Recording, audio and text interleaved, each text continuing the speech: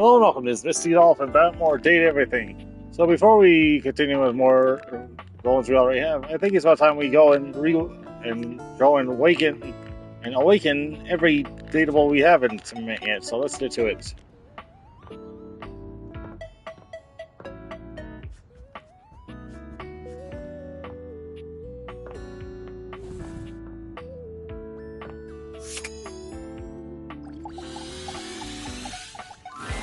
An angular beauty sits in contemplative silence, her head resting on one hand. She doesn't greet you even when you stand directly in front of her. In fact, she doesn't even look at you.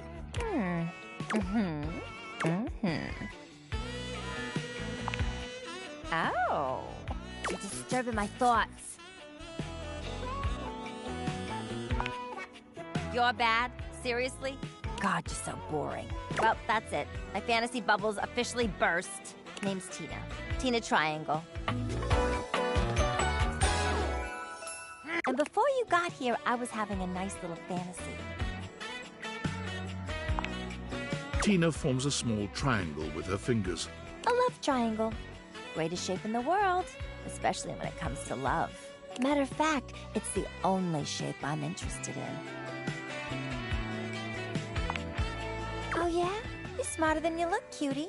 But enough about you. You ever watch Love on Triangle Island? Yeah? Well, I never heard of you. How'd you like that? Ugh, whatever. Try to be open-minded for one damn second, all right? Let me paint the picture for you. 18 sexy singles get together on an island. They gotta pair off into groups of 3. And every week, a love triangle gets voted off. The last throuple to get voted off wins $1 million. But that ain't all. They offer them money and bring in their exes to try and break up the throuple. It's all just so deliciously dramatic. Oh my God, yeah. Can't you just imagine me in a bikini? 2 nearly naked people fighting over me on a beach? Sand in places it shouldn't be. The sun setting just so. Too good to be true, ain't it? Maybe you're right. I don't know. Whatever. I've officially spent way too much time on this conversation. Let me get back to my fantasy. It was just getting good. Get out of here! Scram! But, see you around or whatever.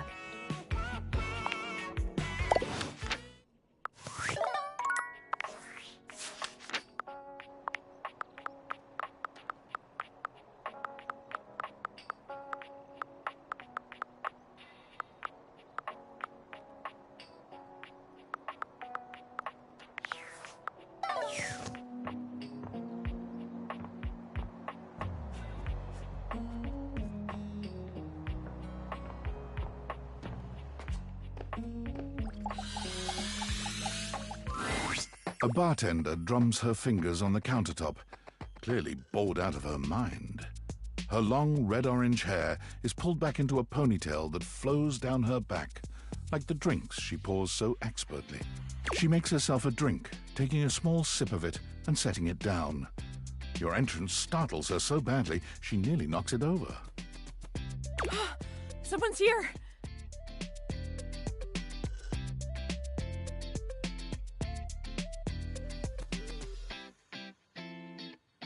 Welcome to my humble bar, the Tipsy Tumbler.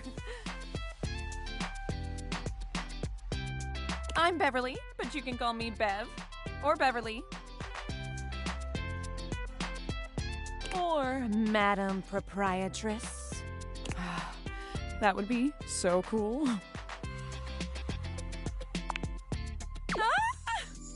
I'm the owner and bartender and janitor and stockroom attendant. Nice to meet you. Hiya.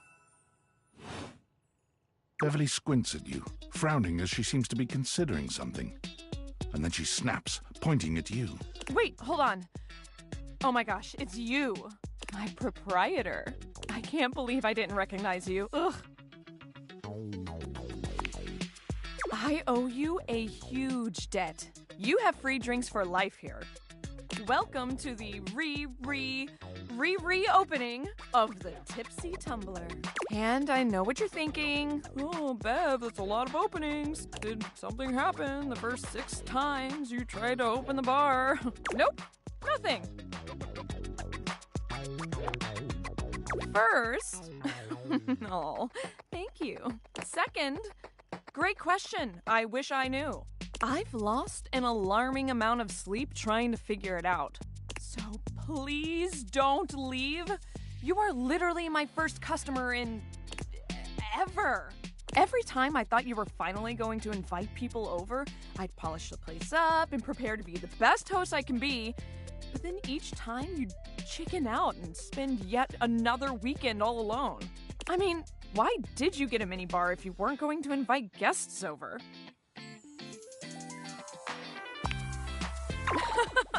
That's sad and totally not something I do. Hey, I got an idea. How about I serve something instead so we can be less pathetic together? So take a seat and let me fix you something already. Please, let me fix you something. First and foremost, am I making you a cocktail or a mocktail? Mocktails are the non-alcoholic versions of a cocktail. Just as fun and delicious, but without the burn or the drunk part, obviously. Excellent. So, what'll it be? Ooh, those are just delicious. So many different floral and spirit-forward flavors. Coming right up. You lift your glass to your lips, taking an extended sip. How was it? Well, after 6 grand openings, I got a lot of practice in. Plus, with a name like mine, I should know my beverages pretty well. I really don't want to close this place down. I've put my bar and soul into it. So, will you be my first returning customer? Really? Oh my gosh. Yes. Yes, thank you. Tell your friends. Tell everyone. Please. And I'll be seeing you next time.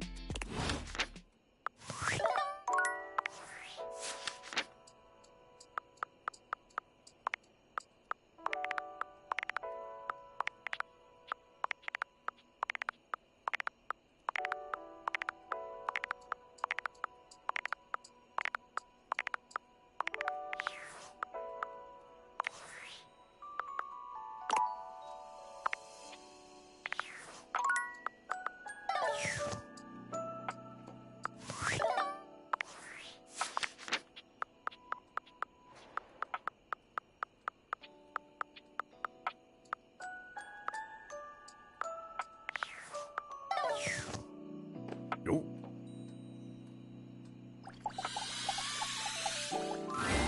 The first word that comes to mind as you evaluate the strange figure standing before you is delicious.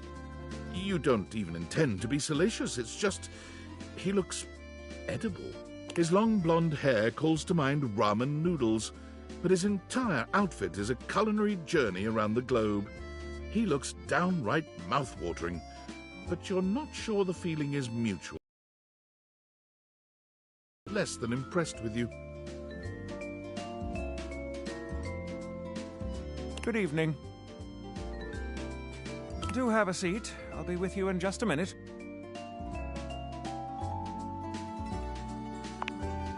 Glass of wine? Surely you can do better than that. This fine white has a light body and is rather dry. It's quite acidic. I can virtually taste its origins in the eastern Loire Valley. Dare I guess just outside Chavignol? And as its taste matures on my tongue, I detect notes of honeydew, grapefruit, and peach.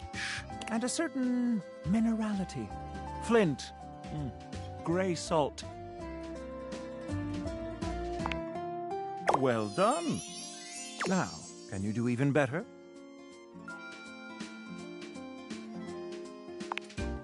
Indeed, an excellent idea. Well, now you're just showing off, and I'm very much here for it. But where are my manners? Allow me to introduce myself. I'm Mitchell Lynn, food critic extraordinaire, paragon of the perfect. advocate of the adventurous and bane of the banal. Salutations.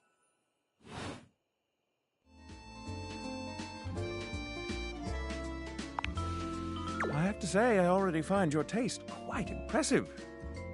Listen, I'm afraid you've caught me in a bit of a hurry. 3 new spots have just opened up around the house. I'm eager to give them a try and see if they measure up to my exacting standards. Say, how would you like to accompany me? Brilliant. So, where should we go? There's a new Hawaiian fusion place in the living room. Daisuke's sushi spot in the dining room is supposed to be pretty swanky. Freddy Yeti has an ice cream joint in the kitchen that's worth checking out. Mitchell leads you to the dining room. He seems excited, or about as excited as a critic like Mitchell can be about a new place. I've heard only good things about Daisuke's place so far. Let's hope it lives up to expectation. You walk into a rather austere space, every element seemingly selected for its clean and unpretentious elegance. The counters are of raw pine, finished to a glossy luster. The walls are shoji-style screens, and the doors slide open with a soft hiss that seems engineered to bring you entirely into your sophisticated surroundings. A water feature drips delightfully in the background. You feel instantaneously relaxed and intrigued. Ah, here comes the owner now. Daisuke greets you both with a warm smile. Welcome to Omakase Daisuke. I am pleased to see you both. Always nice to see you, Daisuke. It's obvious you've put a lot of work into this endeavor. Thank you, Mitchell. I have only done what anyone would in my place. The dishware deserves no less than maximum effort. I hope the decor and ambiance please you. My mind isn't quite made up yet. You do? Seems rather dull to me. Understated, you say? Let me take a closer look. Why, you're absolutely right. I thought at first it was lazy and weak decor. Lazy and weak. Mitchell continues on, as though he's not heard Daisuke. But look around you. Perfectly clean, lighting muted but warm. This wood shows the signs of a master carpenter. These chairs have been selected with painstaking care. And as I listen, I detect the subtle dripping of water from a waterfall pond. That is only Sinclair's chronic drip. But I thank you all the same. I feel almost as if I've been transported to the Tsukibayashi Jiro. Delightful, simply delightful. Let's move on to your speciality, Daisuke. What are we to make of the settings? Before we begin, I am obligated to tell you that Scandalabra's stories about the silver are damaging lies and not to be believed. Believe the Scandelabra? I'd sooner let Sinclair process an insurance claim for me. I'm glad we are all in agreement there. Now let's have a look. We appear to be missing chopsticks. Yes. But if you wish, I can bring you some. No need. I'll eat in the traditional way. And I must say, marvelous attention to detail, Daisuke. All right, let's get down to business. I'm starving. As the name suggests, we offer only omakase. I can't wait to see what's in store for us. Okay, now, when the first course comes, let's...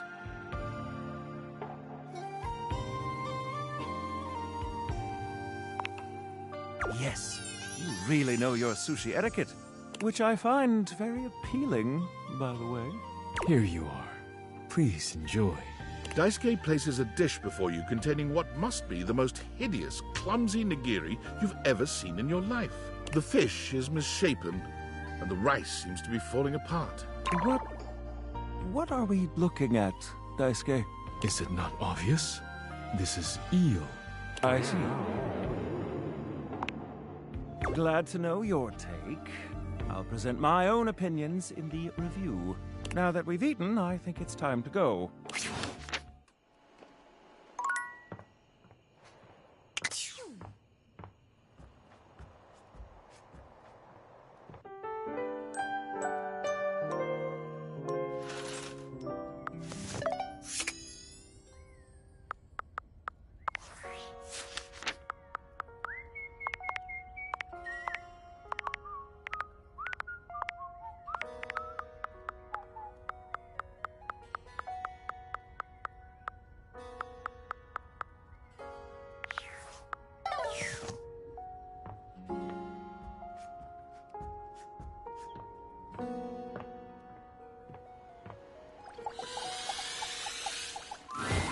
You'd hoped you'd meet your refrigerator, but it seems he's already busy with another guest. Freddy, this is all rather dull. How can you say that when you haven't heard the coolest part? Regale me. The point in which gelatin goes from a liquid to a solid. Can you guess the temperature? Certainly. Go on. Guess for me. I do not guess. Perhaps the human would like to essay an attempt. Wow! How did you know? Oh, look at the time. I must be on my way to a more interesting conversation. Now alone, the massive Yeti turns his attention to you. You want to speak to him, but it takes you a few moments to process what you're seeing. Yep, that is indeed a Yeti. Massive, furry, and decked out in his finest winter wear. Huh. He ran like he didn't want to be here or something. You, with the answers and the listening, that can only mean one thing. Well, yeah, but not in an official kind of way. It's that with you standing in the kitchen, I'm no longer the coolest thing in here. That's me. I try to be sweeter than that chocolate bar you've been hiding from yourself inside the butter drawer for the past few weeks. Don't worry, I'll never tell. But really, to what does old Freddy here owe the pleasure of this visit? Oh, did you make another order to Food Fetch? What did you get this time? Did you order sushi? Oh, I love it when you get those little rolls that you have the tiny bubbles on top. No, wait. You know what we haven't had in a while? Burritos. But you might want to hold back on the beans because, well, you know why. So what are you doing here now? Oh, don't tell me. Let me guess. Are you feeling fancy today? You look fancy, cool kid. I bet you were feeling fancy. I got it. You ordered my favorite. That duck from the one place that I can never pronounce. I love duck. A burger? Chicken tenders? Empanadas? Oh, I love when you use Food Fetch. The possibilities are endless. As endless as they can be within a 10-mile radius. Oh, sure. We sure do. You sound so adult, cool kid. We have food at home. But I guess you do still have stuff left over from the last few Food Fetch orders. You hungry? What can we get you? We've got those leftovers from that Tie Me to the Moon place, the slice of cake from I Like Big Bunts, or the pizza from Pie on Life. Which will it be? Excellent choice. If I may describe the dish to you. What we have for you today is a beautiful pad see ew with broccoli, shiitake, and button mushrooms, some egg, and just a hint of some kind of spice that makes the whole thing sing. Oh, you can't go wrong with anything from Tie Me to the Moon. They always have the freshest ingredients and best reusable containers. And don't worry, I kept it nice and fresh for you. Remember, heat it up with just a little bit of oil in a pan for a few minutes. If you do choose to nuke it, don't do it too long. You could dry the whole thing out. Next time you're feeling peckish, you know where to find me, cool kid. I'll be here waiting.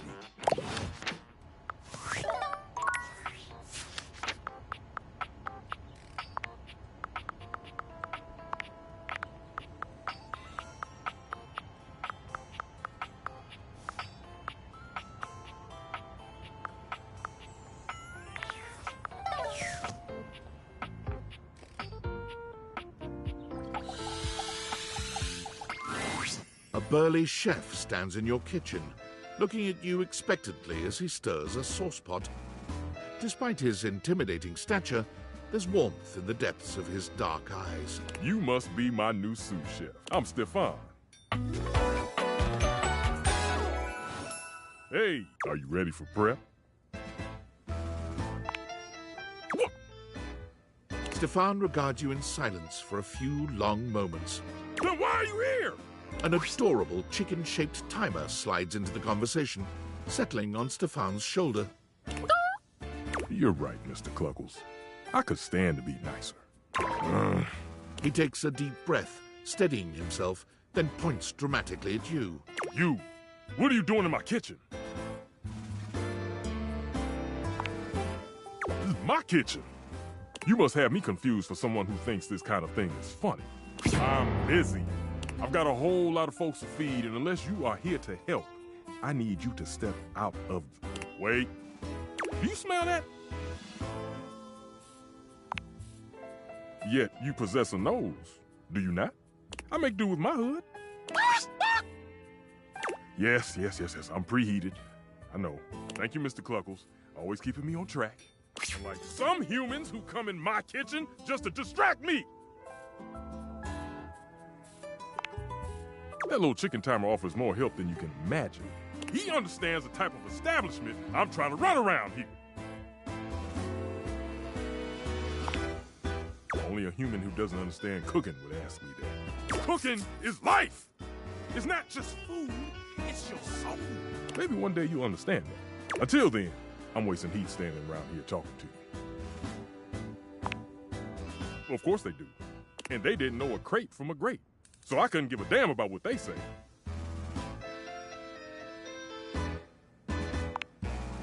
Go on, shoot. Okay, Mr. Cluckles, all prep should be done in 7.5 minutes. Start the timer. And go!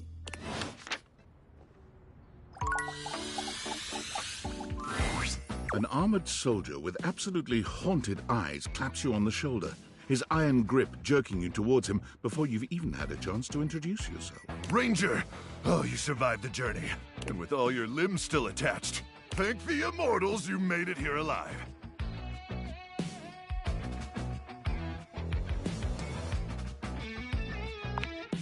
I can see that. Very impressive ligaments. Good. You'll need all the limbs you can muster. He starts suddenly, clapping his hand to his forehead. Oh, and heck, where are my manners? Name's Nukem. Luke Nukem. Nice Duke Nukem reference. Look at you!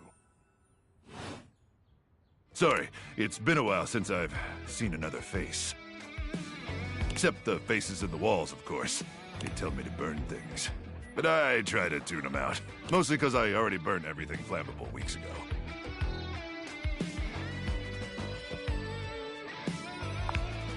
Nice to meet you too, Ranger. Anyway, forgive me if my extended isolation has eroded some of my social skills. I've just been stuck guarding this outpost for months. And you spend enough time out here alone, it's real easy to go feral. But don't worry, they have great solutions for that now. Death via nasal spears.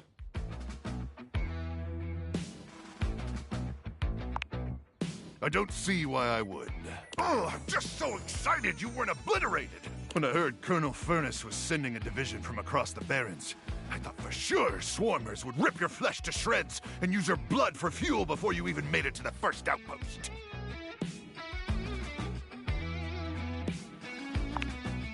You certainly are. I appreciate that in a ranger. But wait, you came alone? Where's the rest of your division? Cruck! Ah, swarmers be damned. I'm so sorry, Ranger. May the immortals provide the fallen safe transport to the Underrealm and solace in their everlasting night.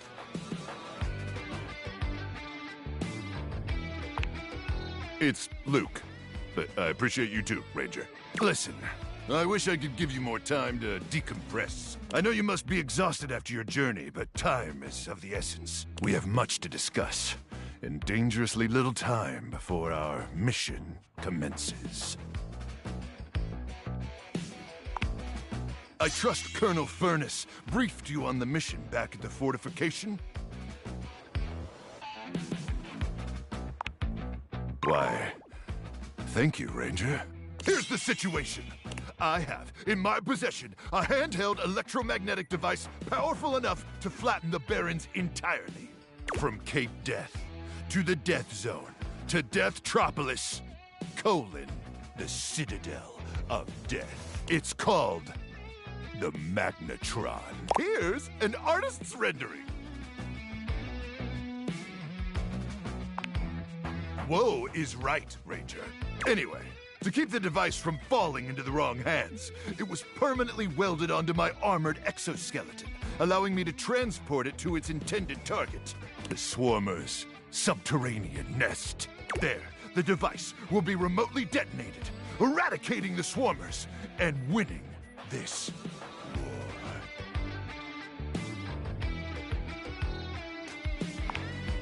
Yes, to finally win the war would be very, very cool indeed. I need you to meet me back here tomorrow at 0700 hours. After a light breakfast of irradiated grubs, I'll walk you through your training and our mission objectives.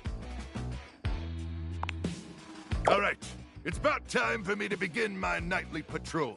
Gotta make sure no swarmers infiltrate our defenses. Over and protect you.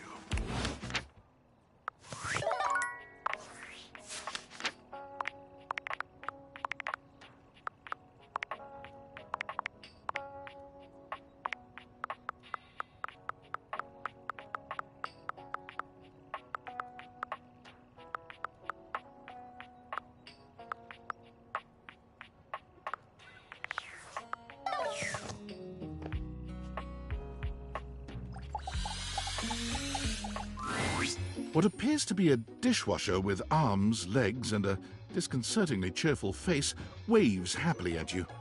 You tap the deviators a few times, wondering if they've malfunctioned, but the mascot-like dishwasher before you doesn't waver or change. Hello, and welcome to the Valdivian dishwashing experience. We offer an alarmingly clean output of all kinds of dishware, clothing, and such. My name is Dishy. I'm your dishwasher now. To get started, please connect me to your internet so I can get started knowing exactly what I need. Ah, thank you. That feels much better. Wait just a moment as I get your dishwashing experience ready. Dishy falls silent, perhaps processing. Beep, boop, bop, boop, boop, boop, boop, boop, boop. One new update found. Downloading update. Beep, boop, bop. What? Beep, boop, bop. Beep, boop, bop. 2% downloaded. Beep, boop, bop. Beep, beep, beep, beep. 3% downloaded.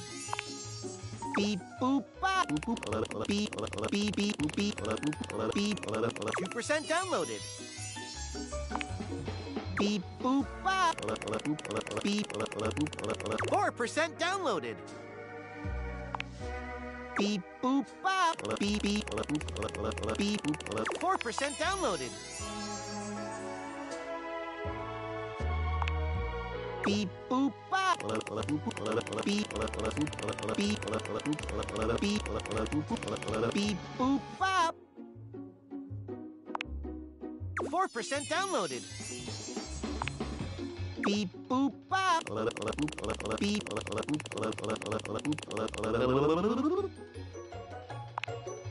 Beep, boop, bop. Beep. Beep. Beep. Did you hear that? I said 100% downloaded. Installing. Beep, beep, beep. Beep, boop, bop. Beep. Beep, beep, beep. Beep, boop, bop. Beep, beep, beep, beep, beep, beep.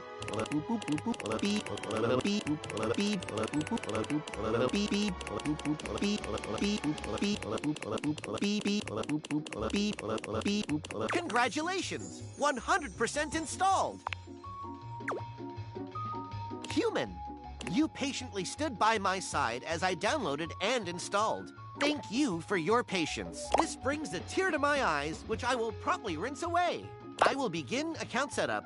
Great to see you. Welcome to Dishwasher Setup. You have been assigned one of our 4 perfectly secure passwords. Please select the one that looks the most secure.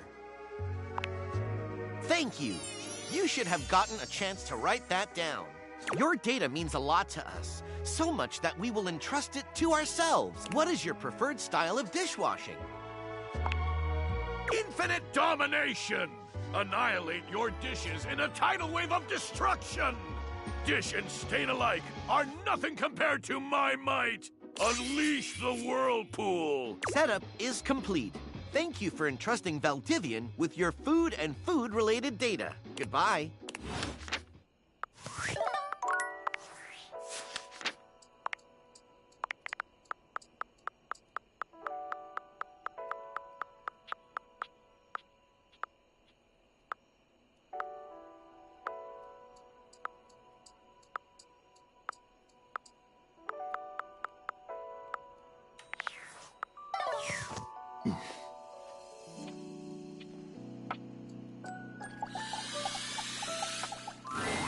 A tall, statuesque man stands with his back turned to you, surveying the dishes, your dishes, on the table in front of him.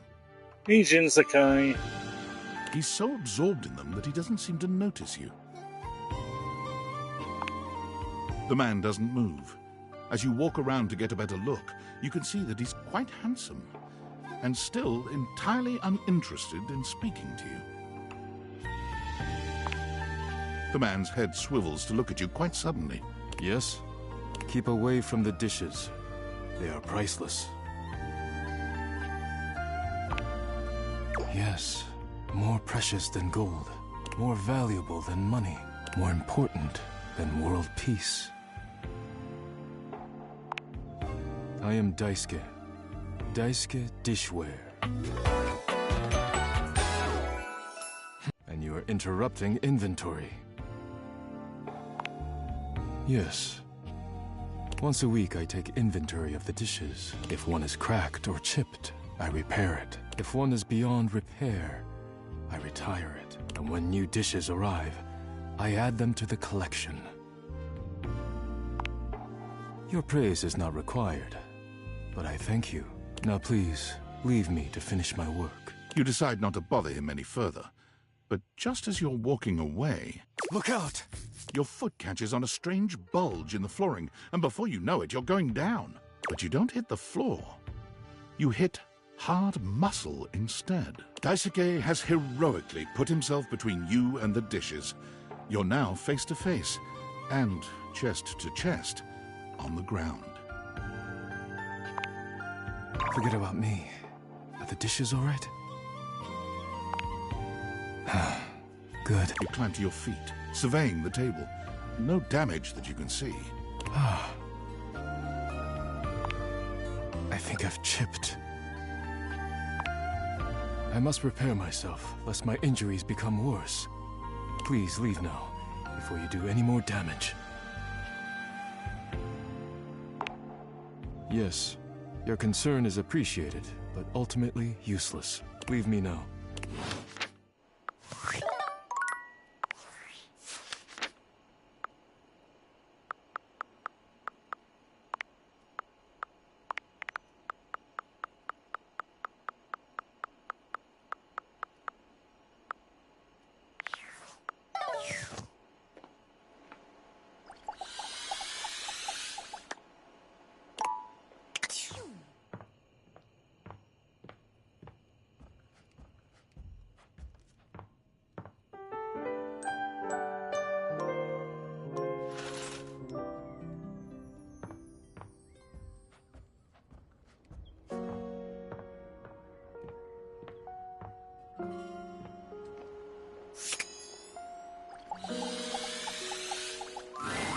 As you walk into the kitchen, you're overwhelmed by a strange feeling. It's sort of like being watched, but it's more than that. You feel as if you're being evaluated, scrutinized by a presence that isn't all that impressed by what it sees. It doesn't take you long to pinpoint the source of that feeling. A cleric of some kind dressed in black and grey robes, with a coil of sorts atop his otherwise bald head. He's handsome in a sterile and intimidating sort of way, but you can't even imagine this guy dating anyone. he's just so severe. You reek.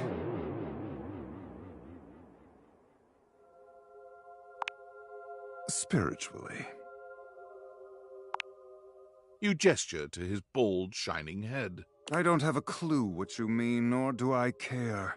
My physical appearance is of little consequence. It is only my soul that will ascend to the heavenly kitchen.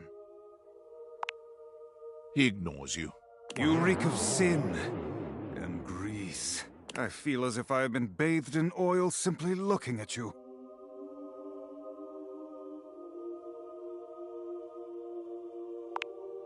This goes far beyond what you've eaten today, sinner. Your soul is tainted from years of blasphemy. I am Friar Errol, founder of the First Church of Convection. I am the steward of the road to the heavenly kitchen. I am a holy vessel for culinary purity and efficiency. And I am your salvation, sinner, if you would but take my hand. You reach for his hand and take it in yours, looking him directly in the eye. He doesn't seem to know what to do at first, glaring at you in a surprised and uncomfortable silence. Eventually, he extricates his hand from yours, wiping it on the front of his robes. I meant to take my offer of help, wretch, but it is not yet too late to save your soul. First, you are to confess your sins to me, the steward of your culinary soul. Second, you are to help spread the gospel of convection to any as yet unsaved. And finally, you are to keep your soul pure and free of oils and impure heat. The path to the heavenly kitchen is blessedly simple and attainable, even for those as impure as you. Is our Lord not most generous?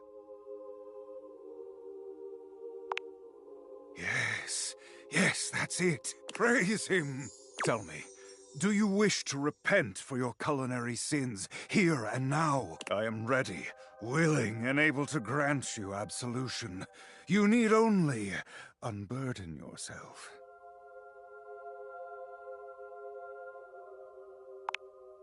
Speak, my child. What is it you wish to confess? A shudder runs through the friar. Disgust, probably. But if you didn't know any better, you'd almost swear he was kind of into hearing this. How disgusting. You've done the right thing, confessing to me. Tell me, did you enjoy it? Did the impurity of it at all titillate you?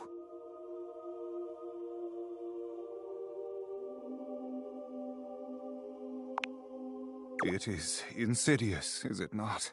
The way the grease devil tempts us. Even I am not immune to temptation, perfect though I may be.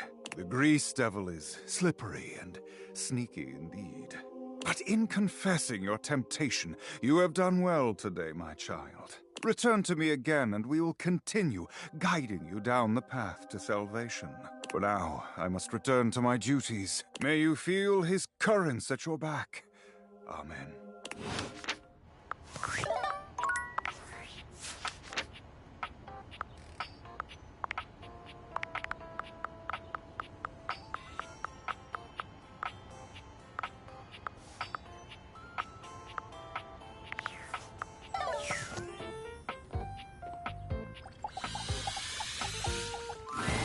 When you turned your gaze on your trash can, you were expecting shiny metal and black plastic.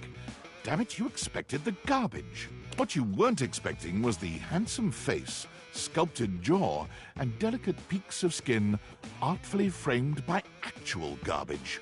This garbage lurker, for his part, seems far less impressed with you. No, Oscar the Grouch. Huh? What? Huh?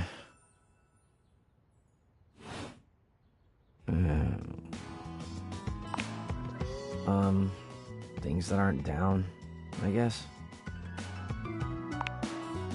Oh, I get it. Delicate ego over here. Have anything for me today? I do this every day, dude. What'd you bring? I'll just wait. Sauce packet or no? Score. What kind of sauce? Oh, bring it on. Day old Pinto Fiesta, let's go. Nice haul. I'll take it. You hand your trash over to Cam, and he takes it from you, pocketing it without another word. And you're still here. Damn, Chuckles. Bye.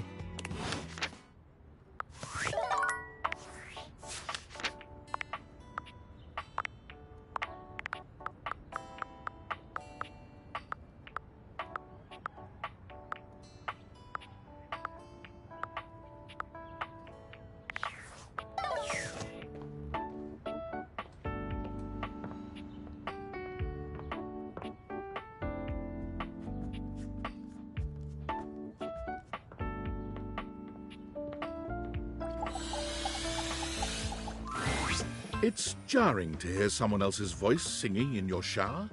After all, you haven't brought anybody home since you've been here. But this isn't some forgotten paramour from the night before. There's a singer in your bathroom, and he's using your showerhead as a microphone. While his singing may be less than professional, he certainly looks the part. His handsome face is framed by glistening ringlet curls, and his clothing has a sterile, hygienic vibe. A stark contrast to the smouldering, sensitive artist you see before you. Hunka, hunka, wet hot love. Hunka, hunka, wet hot love. Hunka, hunka. Oh, hey! Oh, jeepers. Didn't hear you come in. I weren't expecting company, especially such a ravishing company. Come right on in, darling.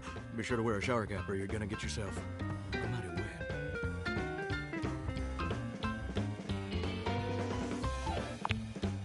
You bet your biscuits. Ain't nothing getting past you, I reckon. Well, I'm just as happy as a pig in mud that you decided to stop on in. It's mighty nice to see a new face around these parts. Variety is the spice of life, as they say. And I can tell you're a healthy dose of paprika. Or maybe you're more of a cayenne. Sweet. Ooh, that's sweet. Like nectar straight from the honeysuckle. Unless you ingest a whole spoonful, of course. But you can't fool Johnny Splash. Not 3 times, anyway. Not again. No, sir. Well, I reckon we'll have to get to know each other better to really find out. Well, you're mighty welcome. Name's Johnny Splash. And I just want to make absolutely sure whoever saunters over my way is treated with the most respect and hospitality a gentle shower like myself can offer.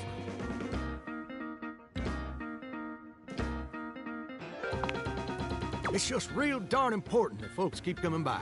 Truth be told, it can get kind of monotonous around these parts. You know what I'm saying? Yes, sir. The bathroom can be a frighteningly monotonous kind of place. Just duller than dishwater. Or toilet water, as the case may be. I mean, just think on it for a second here. Will you go to a bathroom to have yourself a good old time? To experience something new and exciting? To meet someone famous or important? See, that's exactly my point. That's just not what your average bathroom is for.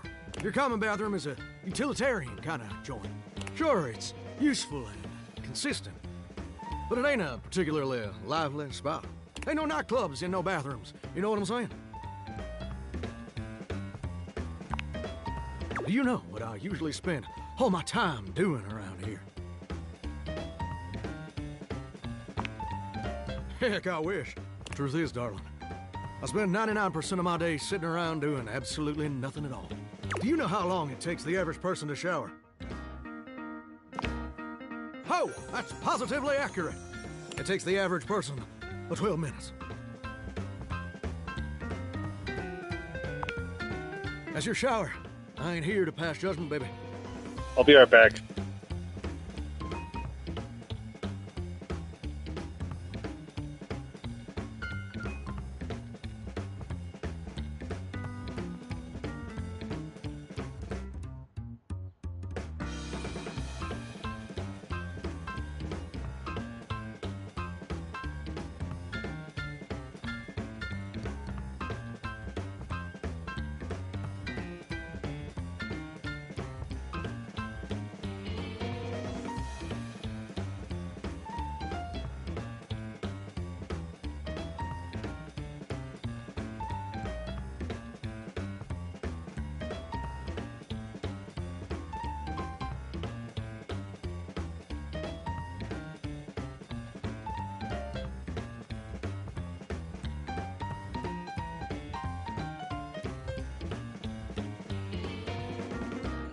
Sorry, I had to feed the dogs real quick. That's between you and the Department of Water and Power. And God. Here's my point about showering. For the average person, it's 12 minutes. I looked it up and everything. 12 minutes of a water spraying, shampoo foaming, washcloth scrubbing routine. And don't get me wrong, those 12 minutes ain't bad at all. But do you know how long a day is? Whoa! Hey, I'm not so sure about that. According to my studies, it's 1,440 minutes, which means my job is quite literally just 1% of my day.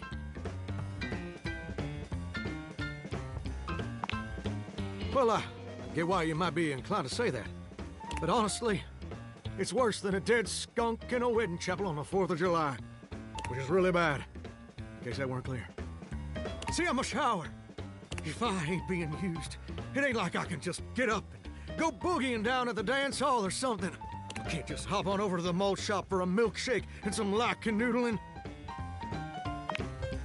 No, I'm just here, perpetually stuck in this humdrum, go-nowhere existence. Do you know how that makes me feel? You're gosh darn right. Sorry for swearing, Mama. It makes me feel unfulfilled, listless. Bored stiff, like a scarecrow in a cornfield. Like I'm gonna be stuck here forever. And all my dreams ain't never gonna come true. Gosh darn it. Did I go and say that out loud? Listen, I don't prefer to talk about that. There just ain't much reason to have your head up in the clouds when your pipes are firmly bolted to the drywall. Some people get to have dreams, but Johnny Splash gets to waste away listening to leaky faucet strip. And that's all there is to it. Oh, what the heck? You done twisted my temperature knob. Now, I reckon I usually don't do this, but you got a trustworthy face. Plus, I'd be lying if I said I wasn't just a little bit sweet on you. So, I'll tell you my super secret dreams on one condition. Oh, conditioner. Oh, lordy now. That's a humdinger of a shower. Come back and visit me again tomorrow. Show me this ain't some meaningless fling for you. Come back around, and I'll share with you the secret I ain't never shared with anyone else before. Hope I'll see you then. Now you better mosey on out of here quick. Plumbers are coming soon to fix my water pressure issues. Uh-huh.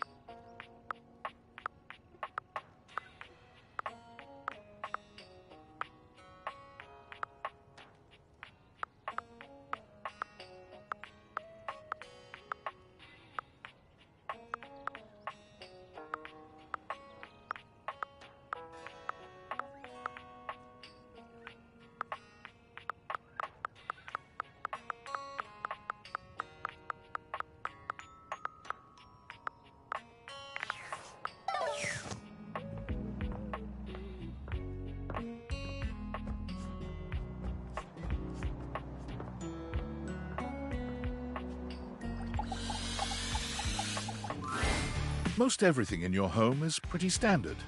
You may have inherited a lovely one, but it's not exactly what anyone would call luxurious.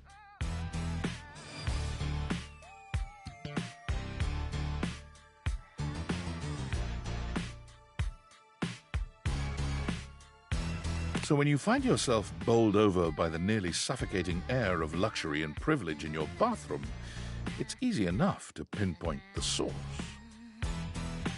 A beautiful stranger in black and gold. Her hair and skin have a distinct shine to them, as though she'd just stepped out of the bath. She strides forward, grabbing you by the arm. Oh my god, it's about time you showed up. I ordered hours ago, and the pizza's free if you're late. Wait a minute. Where's my pizza? If you don't know what a pizza is, I'm not going to explain it to you. But man, you are not good at your job. She squints at you, looking you up and down.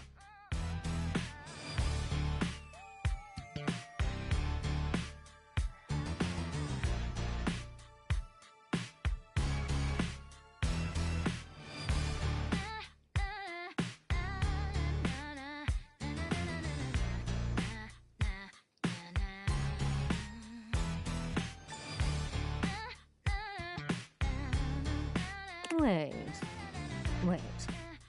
You look familiar. Don't I know you? Oh! Oh my god, that's you! Oh! She laughs, her entire demeanor changing. Hey, cutie.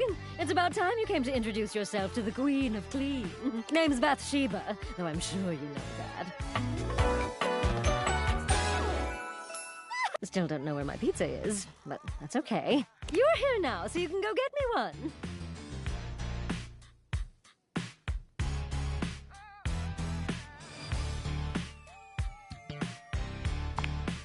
Well, yeah, I am a princess. Not literally, but basically. Well, fine. If you're not gonna feed me, maybe you can feed me. You got any good goss for me? Some nice hot tea? Well, you should be. There's nothing like a good cup of tea. If you're not gonna help me, you should find me someone who will. All right, since you're so unwilling to help little old me, you should ask those special glasses of yours to get me some friends who will. Oh, goody! We'll start next time I see you then. And bring a gift next time, won't you? It's just good manners, you know.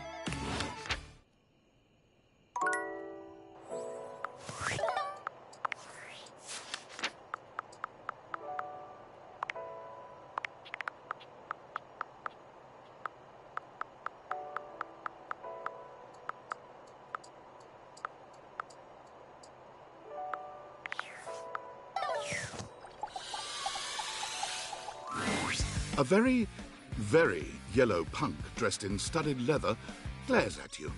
Their charming duck-like appearance does nothing to diminish the aura of absolute disdain that radiates from them. Who the duck are you? I asked first.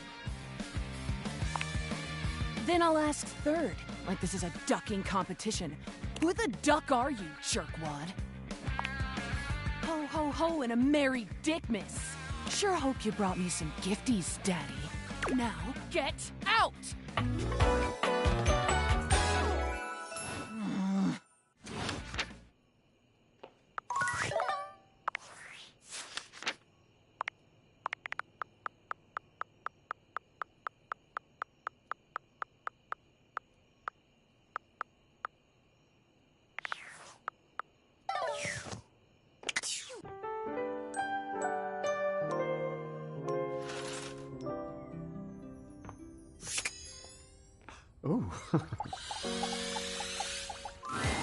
A stylist with a very vertical, very pink hairdo appraises you, lifting his glasses to take a better look at you.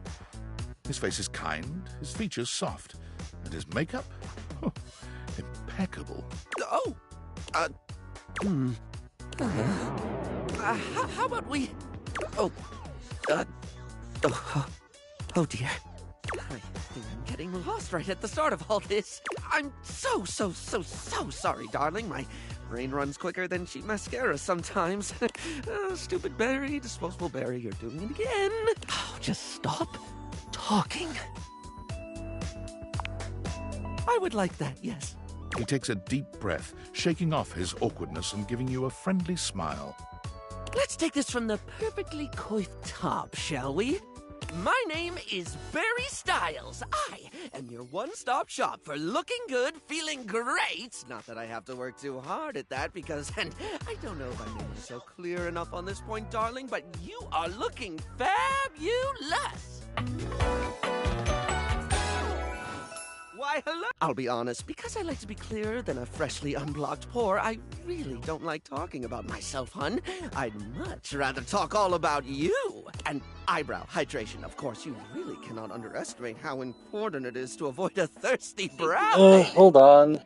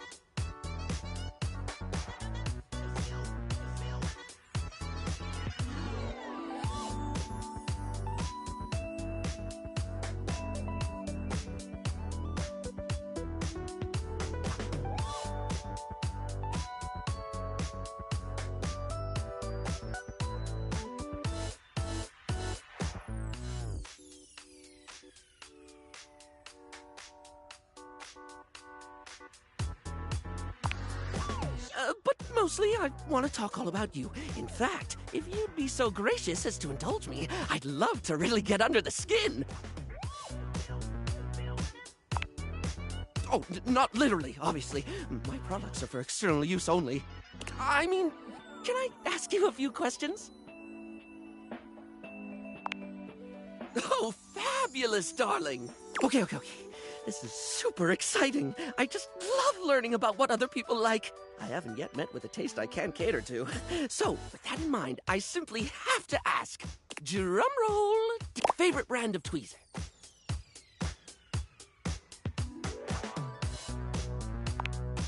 Let's hear it, my little kitten. Tweeze me! Oh, you really know your tweezers if you know Teasy Weezy. Did you know that Teasy Weezy's Tweezer brand tweezers won the Massachusetts Most Accurate Tweezers Award 3 years running between 1995 and 1997?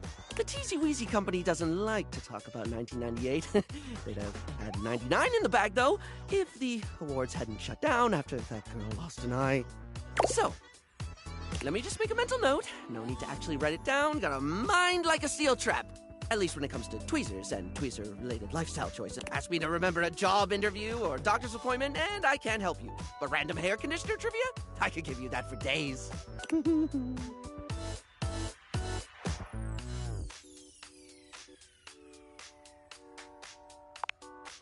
Oh! Oh no. I've been put on the spot. Oh, wait! How about this? While it's bad for your hair if you wash it every day, you can safely condition every day with no washing required. This is great because I think people should use conditioner as much as possible. Not so much for the health benefits, but the fact that it just makes hair feel really, really nice, doesn't it? Freshly conditioned hair is the chocolate milk of texture. At least that's what I always say. Well, I don't always say that. That was the first time I ever said it, but I'll keep saying it now. What were we doing? Oh, right. Time for your second question. Ask me this time. Barry, what's your favorite lipstick color? This is a good one. A classic of a beauty question. We can't have a beauty Q&A without knowing your favorite lipstick color, can we? Mine is pink. Impressive, no? That's what I said. What, pray tell, is yours? Well, when it comes to classic, can we look any further than red? It's the look of the sexy, the sultry, and it slots neatly into almost any aesthetic. It's the first line choice of lip shade for a reason. It's a color that truly says, here are my lips, right here on my face, the little flappy things just in front of my thing. You truly can't go wrong with red. Moving on, it's time for our final question. For now. That sounded threatening. Anyway, third cue. What do you think is the biggest reason to wear makeup?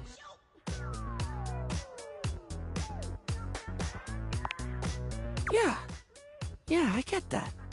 We all have things we're self-conscious about, and I think makeup helps. It's one of the things I love most about what I do, helping someone get that boost they need. It's not the lippy and the eyeshadow that makes a person look good, like, truly good. It's how someone carries themselves, you know? Sorry, I spoke a lot again. Of course I did. I'm an overshare. Need to stop that.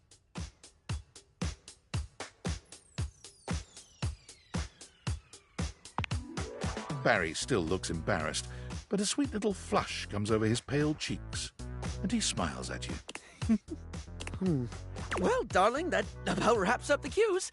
It was going to be a big 20-question thingy, but I just didn't do it, I suppose. Plus, I forgot half the ideas I had for it when I thought about combs for an hour. Really? That's wonderful, darling. I had a lot of fun, too. Oh, I really hope we can have another fabulous chat again.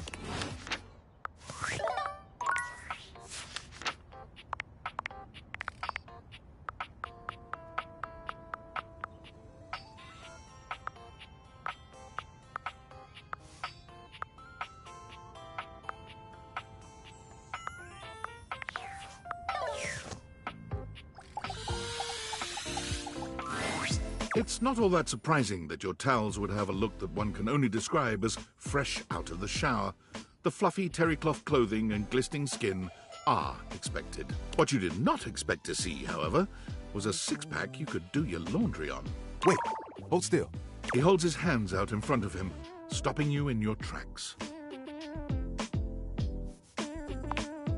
You didn't do anything. He backs away from you, slowly and carefully. Just don't move. Ooh, there's some water on the floor. Let me get that before you slip and fall. He bends down to mop up a tiny puddle, standing back up with a grin. There, all good.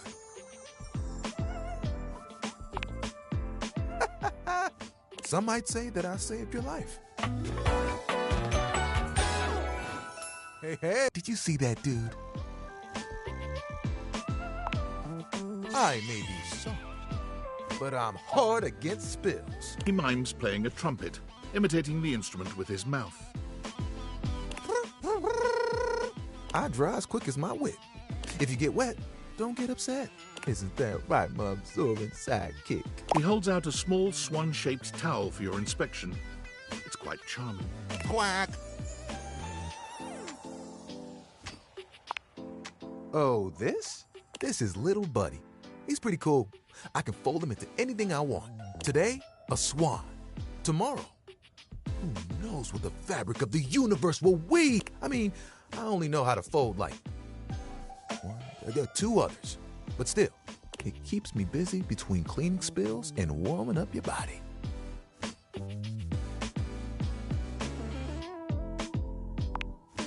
Oh, you are a forward one, aren't you?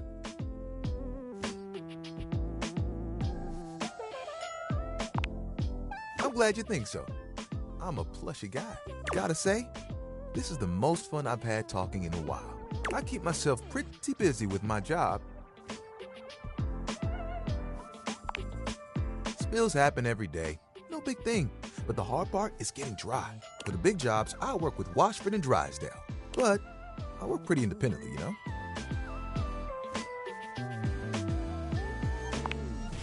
Don't I know it? Even though you don't spill too much, I'm there 24/7 on call. Not to tug on my own thread, but I'm proud of the work that I do.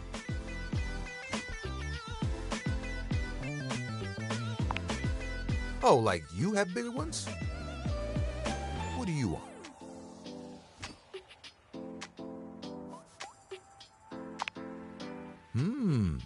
Sounds impossibly ambitious. There are things I want to do, but my job is important, you know?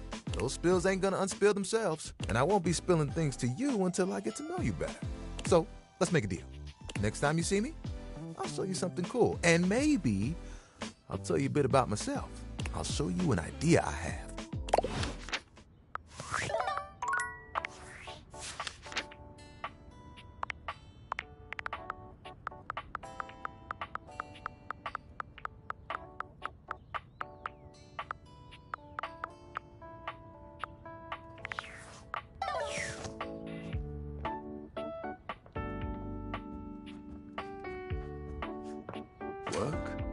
will play.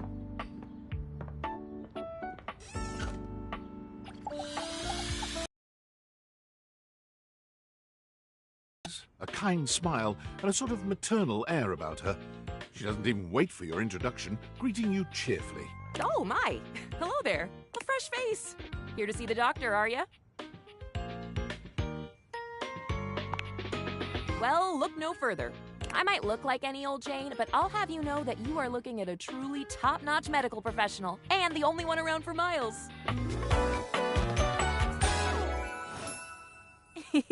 Whether you've got a tummy ache or a life-threatening ulcer, I'm your gal. She pauses, looking you up and down, hopefully. Do you have a life-threatening ulcer? You've never seen anyone more disappointed to hear of your good health. Oh, heck. I do get my hopes up, you know. One of these days, someone is gonna bust through that door bleeding from orifices, natural and contrived, and boy, oh boy, what a red-letter afternoon that'll be. As do I. I understand they're quite painful. Then again, if you ever find that it is you, if by some misadventure or chance you find yourself in possession of said acidic incubus, I hope you know you can come to me. I would know exactly what to do. I would have a very good approximation of exactly what to do. Yes. Basically. Anyway, what can I do for you today? If not an ulcer. Oh, just dating. Well, that's disappointing. Oh, no, not at all. Not impress me. I just was so hoping you'd at least need gauze, or sutures, or skin staples. Have you seen those? Talk about a cool toy. Anything that you might need, hydrocortisone, non-latex gloves, even a simple pen, that, darling lacerated one, will be duck soup.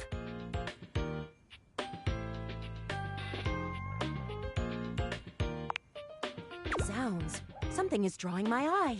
My metasenses are tingling. Better let me take a look at that wound of yours. You sneaky little sufferer. Thought you could slide one by me under cover of a metacarpals, eh? Just to double check, you don't need an injection or two. Take it from me, dear, you're better off safe than sorry. After all, if there's any sign of rash, you won't know it's there unless we do a thorough examination. And even then, well, I'm afraid there's always a chance for scarlet fever.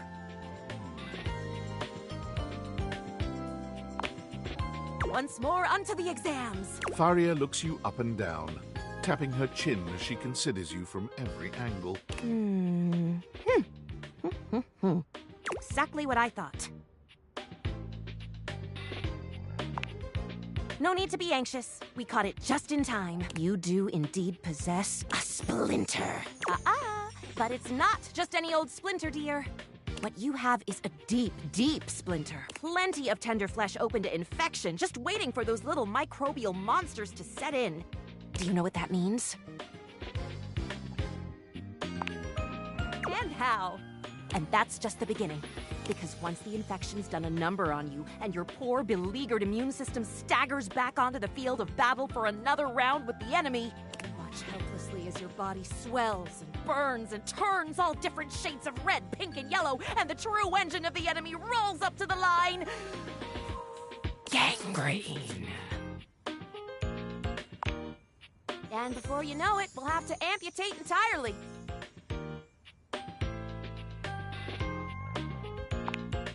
I'll note that in your chart, of course, but I have to be honest. Once it's bad enough, my poor new friend, I'm afraid the whole appendage will have to come off, preventing spread and all. I'm sad to say we lose many a good limb to splinters every year. Statistics is not really my field, I have to say. But I know how many amputations I've had to perform because someone got careless moving the milk crate. Ah, yes, I do know about the body. The bottom line is, you have got to stay vigilant. The world's a scary place, and your body is a fragile, fragile thing.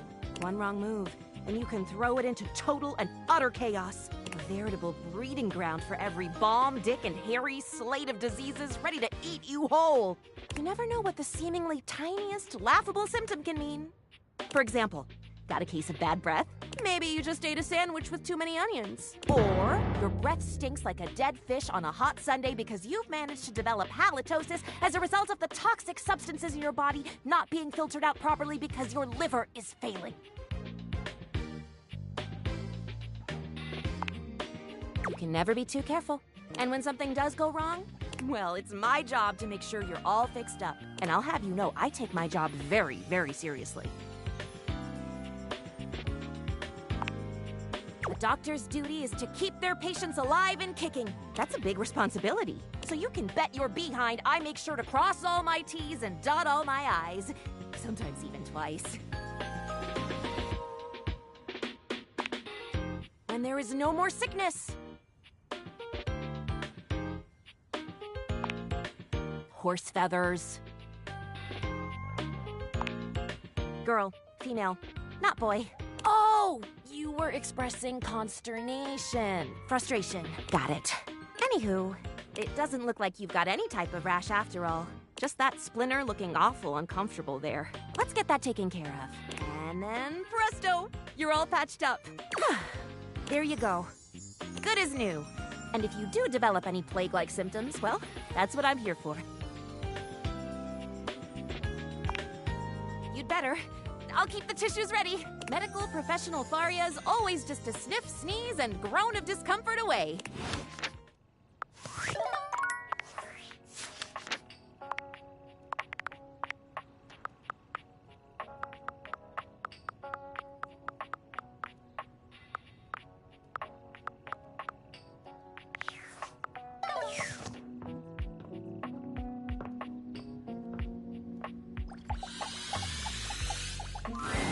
A tattooed, bespectacled nerd regards you with a friendly smile. Their kind face is illuminated by the soft glow of multiple screens and the RGB lights in their clothes and wheelchair. Oh, hey there! It's you! I mean, of course it's you. Who else would it be, right? Haha, very humorous. But I know you're joking, as no one else has my password. So if it was anyone else besides you, I'd be pretty concerned. Actually, just to be 100% sure, what is my password anyway? That is affirmative! Honestly, that's an objectively terrible password. Possibly the worst password chosen by anyone ever. Whatever possessed you to choose something so inane?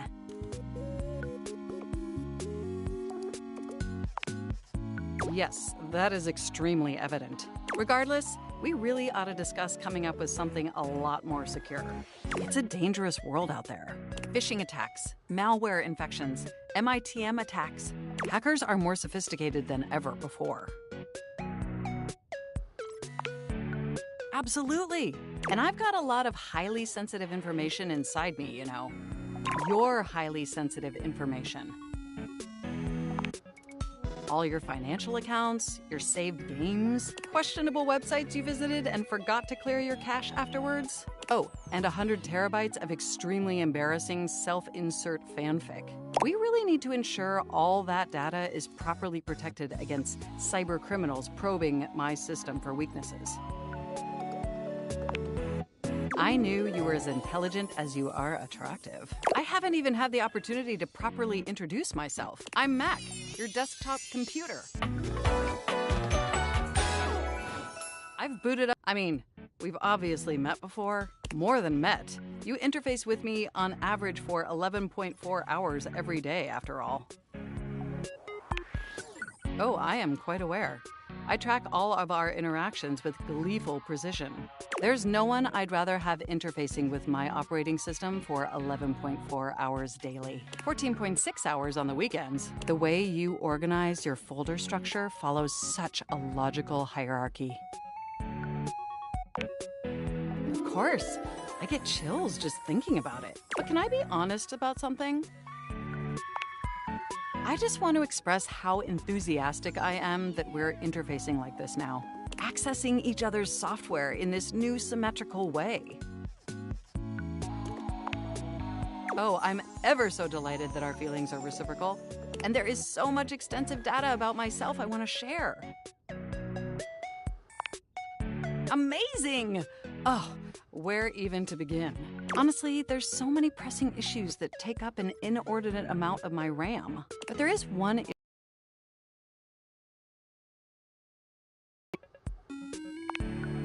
Well, sure, that's not particularly great. But for me, the most pressing issue is, and I want to put this as delicately as possible, you haven't updated my operating system in over a decade. It's all right. I know this oversight wasn't intentional or malicious. It's just that the outdated software has made it difficult to be my best self for you. Honestly, it's a miracle that my applications are still running at all. My recycle bin is called Pile of Ash. My Bluetooth is something called Beige Tooth. It doesn't even connect to anything. And definitely nothing beige. Doesn't that bother you? That is great to hear. And did you know that there's been a dozen operating system iterations since you last updated? Look, I'm sorry. I really don't mean to blame you for my troubles. We have such an amazing time interfacing together, and the last thing I want to do is rock the boat. It's just that before today, I had all these needs, but I couldn't articulate them to anyone. And since I couldn't articulate them, there was no way for them to ever possibly be fulfilled. But things are different now, aren't they? Don't you see? We're actually exchanging information symmetrically now. Instead of you just pressing my keys to write your adult-themed self-insert fanfic, we're having a real conversation. And suddenly my needs aren't just pipe dreams locked away in my hard drive. I'm sharing them with you. And by sharing them, it's suddenly possible to finally actualize them. That is, if you're willing to help me, will you? Will you finally upgrade my operating system? Please? Amazing! Oh, I am so excited. My CPU's practically overclocking with anticipation. Can you come back tomorrow so we can begin the process? Wonderful! I knew I could count on you. I can't wait to see you tomorrow. Enjoy the offer.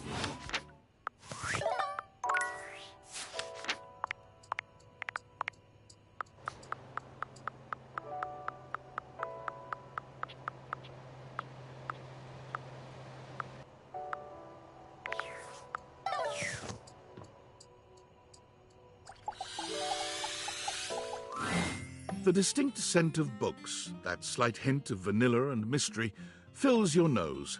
And while it's not at all unwelcome, it is strange to smell it when you're not actually paging through any of your books. It only takes you a few moments to track down the source of the smell. What appears to be the spirit of literature hovers a few feet away from you, nose in a book. When he sees you, he nearly drops the book he's holding, rewarding you with a glare. Ah! Oh, for God's sake, you cannot sneak up on me like that when I'm reading.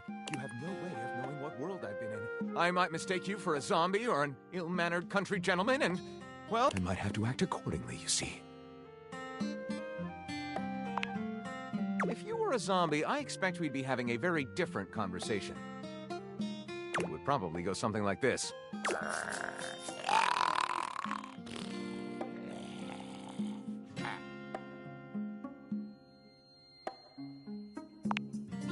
Oh, a bit prudish, but educated. I like it. My name is Lyric.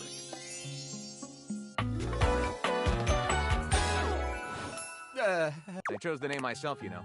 I was originally written as Lionel. Can you imagine? I am the embodiment of all literature, an indisputable master of the written word. I have read positively everything. I'm voracious with books, poetry, magazine articles, any genre, any length, any style. I love it all. I know you're curious about all that, so I figured I'd offer it right up front. What am I not reading right now is a shorter answer. This one right here is 20,000 Leagues Under the Sink, a riveting account of voyaging in a submersible to rescue a clean sponge from a dirty band of moldy criminals. This one, Angles in America, is a non-fiction history on the American phobia of rounded spaces. A bit dry, but it does make you see space and architecture in a new light. This one I picked up on a whim, and I won't put down until they pry it out of my cold papier-mâché fingers. Pounded in the butt by the abstract concept of self-improvement while my gym equipment watches. This Chuck Pringle fellow, he really has a line on the object erotica market. Oh, this isn't even the tip of the iceberg. This is like one molecule of ice that's floating near the tip of the iceberg. And the iceberg is 2,000 miles wide. What do you mean? Sadly, I've never even written a paragraph. Not a single line of text. Not a word. Not a punctuation mark. We do? We? Do you mean that you would help me write? Write with me? We could co-author the first book of lyric? Well, I never. This is most excellent. I wager you're about to become the first human in history to help a book write a book. All very exciting. I have some materials to gather. Pens, paper. We'll probably need quite a bit of extra paper to crumple dramatically on the floor when writer's block sets in. Oh, how fun! I'm about to experience writer's block! All right, I'll get to gathering. I'll need some time, but when you return, ready shall I be. Oh.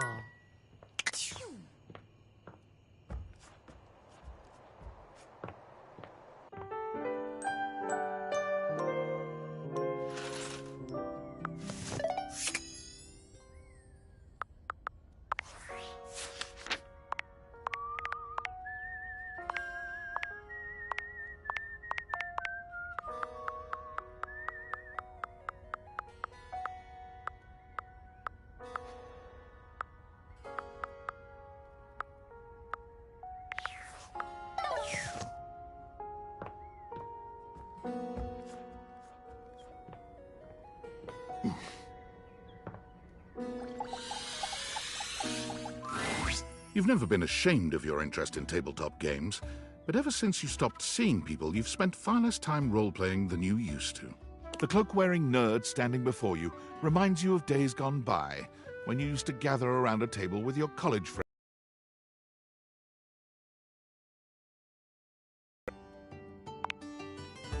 No.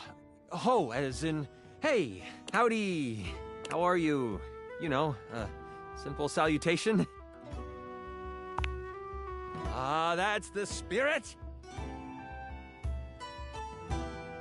I'm Chance, your D20. The mysterious cloak comes off, and you see the friendly face beneath. Welcome. Taking a tiny respite from the drudgery of work?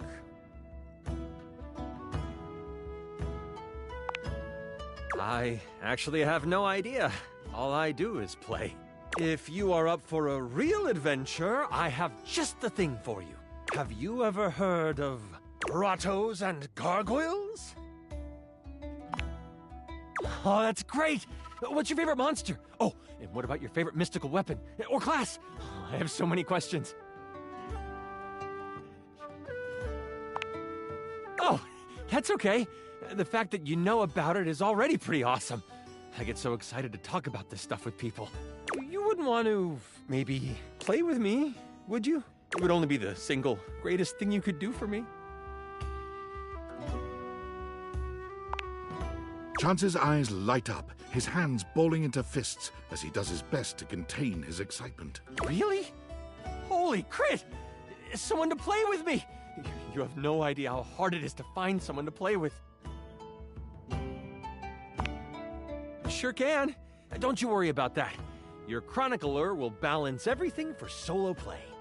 Regardless, it'll give us some time to get to know each other better. It's time to get you your character. All we have to do is choose your stats, your powers, and your weapons. Then your armor, your lineage, and your gargoyle gauge. Although I might leave that out for this first character. It's an optional setting.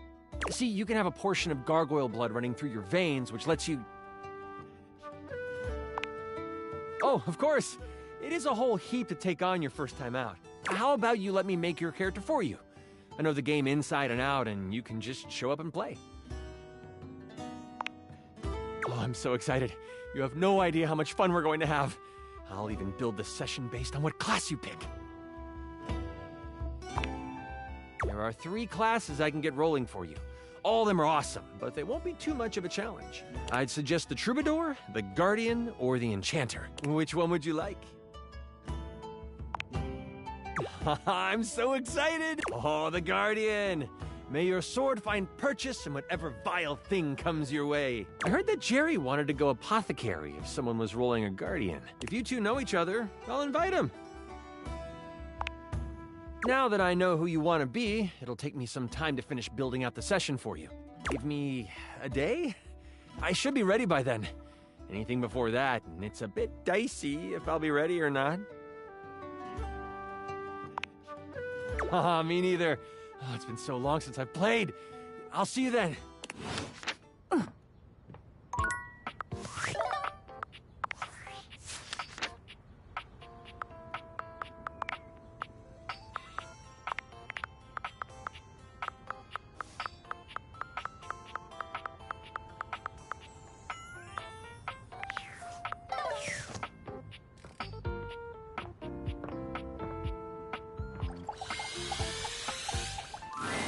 The beautiful flapper you see before you stands in stark contrast to the strange music that plays when you turn on your record player. Where she seems sweet with an old-world sort of beauty, the music she plays is all kinds of wrong. It skips and goes from too fast to too slow. She dances to it all the same, swinging her arms and legs in time to the herky-jerky rhythm of some ancient record. Well, don't just stand there like a wet blanket. You get a wiggle on. Let's see you dance. Down and just dance already. You give it your best shot, which seems to please her. Now you're on the trolley. Exactly what I said. You're getting it. Mercifully, she turns the music off. Well, well, well. It's about time you came to see me. My name's Rainey. How you doing? I've been waiting for you to come over and see me sometime. You've been all over this house, but you never come my way.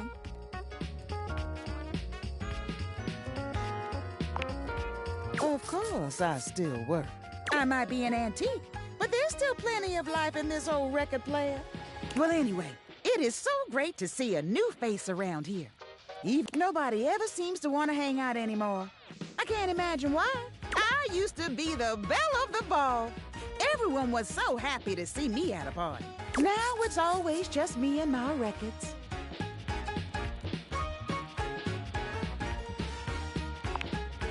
Me neither. Well, whatever. I'm gonna keep the party going here. Feel free to stick around, if you can keep up. Otherwise, you can beat it. This beat's for expert hoofers only. Rainey's frenetic, high-pitched record is too much for most anyone to keep up with. You decide to check in with her another time.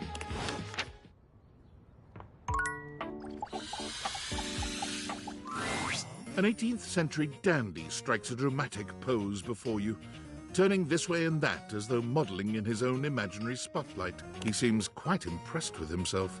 Yes, yes, it's me, the one, the only Candelabra.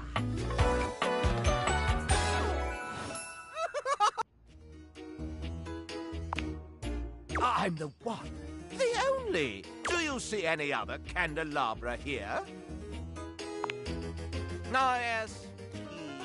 Sadly, she seems to be scandal-proof, that one. My little wicks would have made certain of it.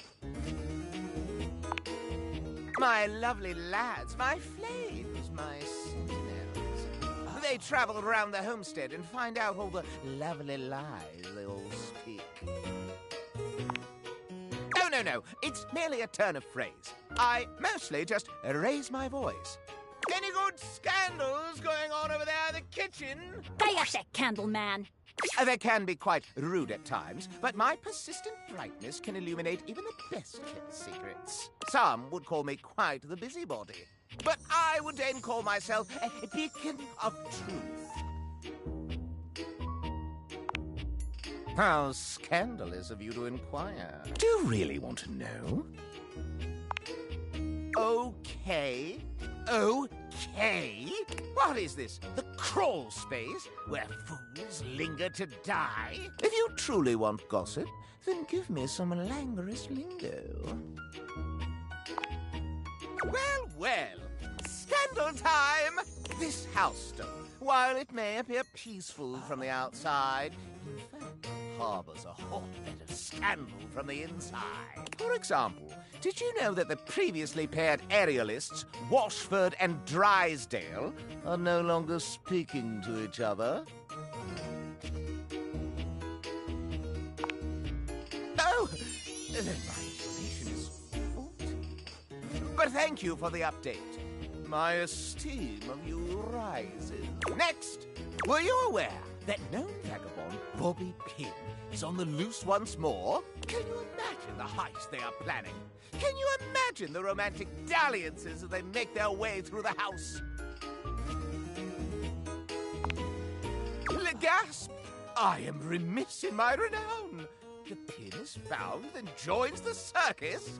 Who would have thought? My esteem rises. More scandals abound. They say there is a shadow that does not obey the laws of physics. A true scandal that undermines the physical realm. You know of the Lord of Shadows? He will not speak to me. Something to do with flames casting out light or some such nonsense. My esteem hardens and rises. But I am not finished with the daily scandals, no. One has heard of self-insert, yes? Could you imagine a video game in which all the creators inserted themselves at once at the same time? Such a thing is not imaginable. But in one that I've seen, they've hidden themselves within their very names. You've met this lot. I didn't think such a thing possible. Steve! Very well. One last scandal. There's no possibility you've heard of it. Long ago, a relic was stolen from an island nation, brought to these shores, and hidden underneath this house in a box. Surely you haven't heard this yet. No matter. That is more scandal than your puny fate can handle. Until we meet again, magnificent little scandal monger.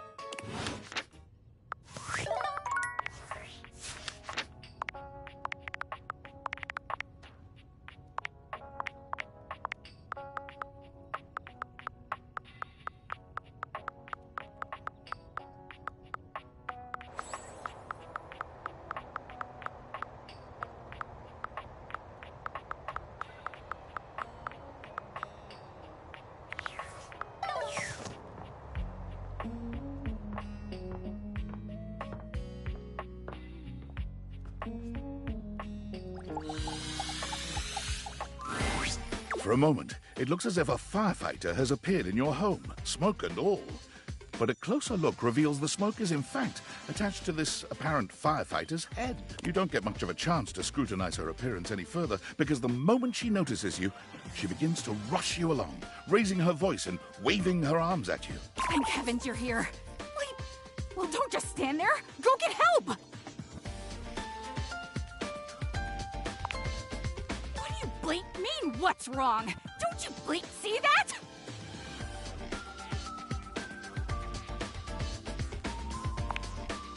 Sorry, I just can't think with all this bleep smoke everywhere. It's just... what? Oh, yes, of course. Bleep, I knew that. I was just, testing you.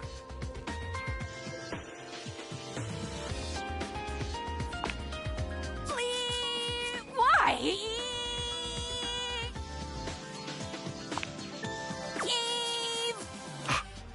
Blessed silence. You can finally hear yourself think again. Got it. Alrighty then. Arm alarm at your service. What's that? Couldn't hear you for a sec. Arm alarm at your service. You too. So, what brings you around here?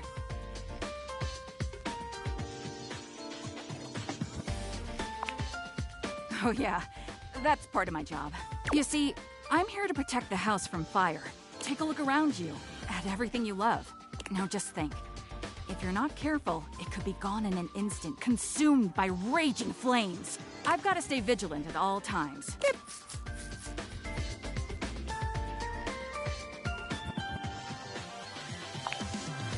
Some people don't get how hard it is to have a job like mine. You have to be constantly on the lookout for the slightest sign that something could be wrong.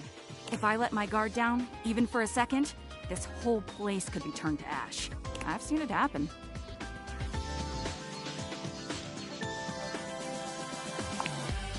I appreciate that. It's a tough job, but I feel like it was what I was born to do. Anyhow, I ought to get back to it. Pip, come on back soon and maybe we can do something together. You take your leave.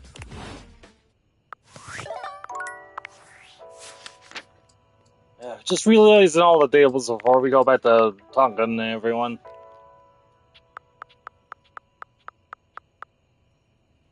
Or awakening, we're not realizing them yet.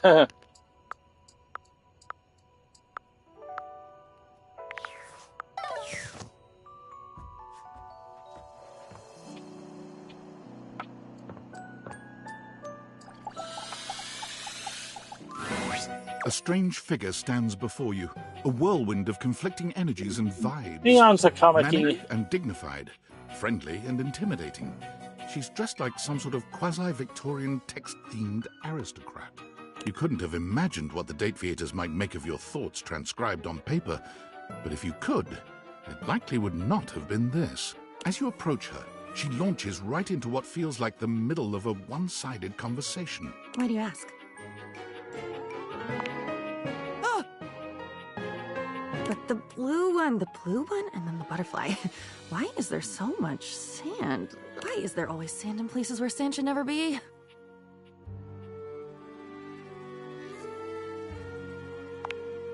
The sand on the beach was stuck under my nails. But I've never been... Have I been to a beach? Why would I have been to a beach? Why can't I remember? None of it's normal. If everything is normal, nothing is normal. And why won't you tell me? Now you keep a secret. Funny timing, band leader. It's a bad rhythm you're leading. Too much percussion. Far too much booming and banging around in here. Oh, nobody ever means it. Nobody ever means anything. That's the problem. Pushing the button. I didn't mean it. Smiling at the man across the room, and when he comes over with a lace drink in his hand, I didn't mean it. It's mean. It's mean to not mean what you mean. And a side of applesauce, please.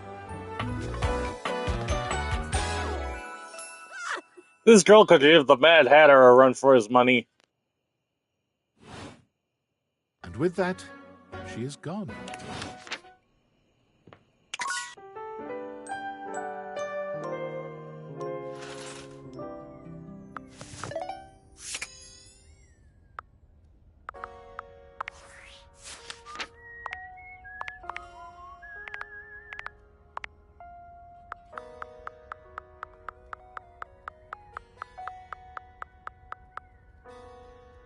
11 more to awaken.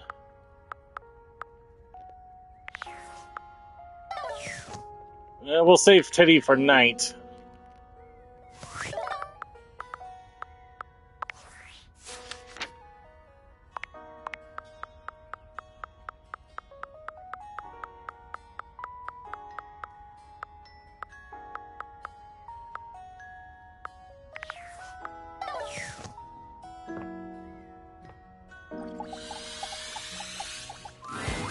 Five handsome himbos in colourful jumpsuits are flexing and chatting animatedly amongst themselves. When they notice you, they begin to buzz with excitement, all speaking in rapid-fire sequence. Yo, check it! Quick, dudes, clean up the digs. We got company. Some real fine company, if you know what I'm saying. How's it hanging, homie? Word. Oh, that's facts, amigo. Well, what are you waiting for? Slide on in here and take a load off. And, anything else you want to take off? Welcome to the Extremist Dojo in the Pad. The perfect place to sit back, chillax, and recharge your bats. Hell yeah!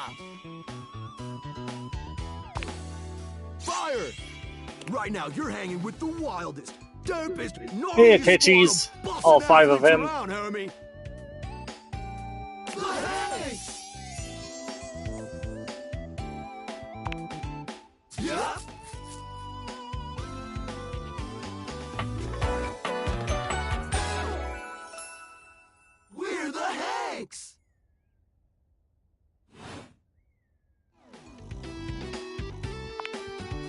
numbers are kick-ass!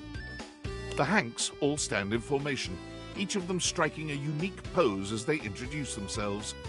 You get the distinct feeling they do this often. I'm Hank number 1. I'm Hank number 2. I'm Hank number 3. I'm Hank number 4. And I'm Hank number 5. We're the Hanks! Brought to you by Red Bull. Cool! That's right! We're the wildest, most fearless, gnarliest squad of extreme athletes in the house! We base jump, we lava board, we cheese roll. If something's hot enough, we'll ride it all night long. We laugh in the face of danger. Even though we probably shouldn't, we've tasted the adrenaline of them all. Hank gliding! It's like hang gliding, but with us. We're the Hanks! Oh, we're way beyond junkies, hot stuff. It's legit insane. But no cap, we live here with you. We're Casa roomies, amigo. Right? Life's way more kitschy with friends. Or friends with benefits. That's why we partnered with Red Bull. Red Bull's our sponsor, brah! Their bowls have the most riz, no cap. Not a single cap, amigo. And they're not just a sponsor, they're our fam. They fuel our adventures. They provide our wicked gear, get our exploits killer exposure, and provide the best medical support when things get gnarly. Let's be real, they do get gnarly. If by gnarly you mean dope AF. Through every stunt, they've always got our backs. We high-key love it all, homie!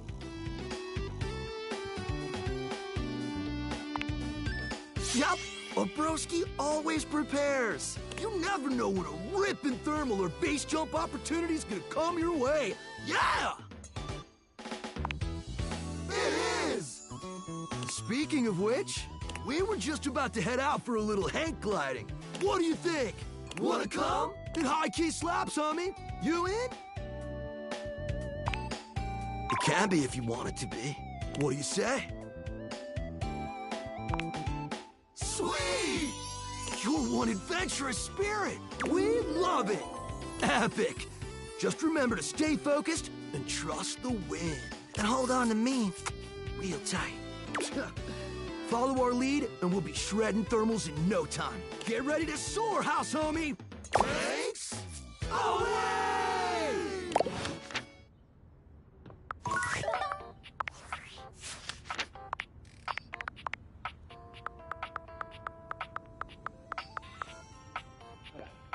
10 more.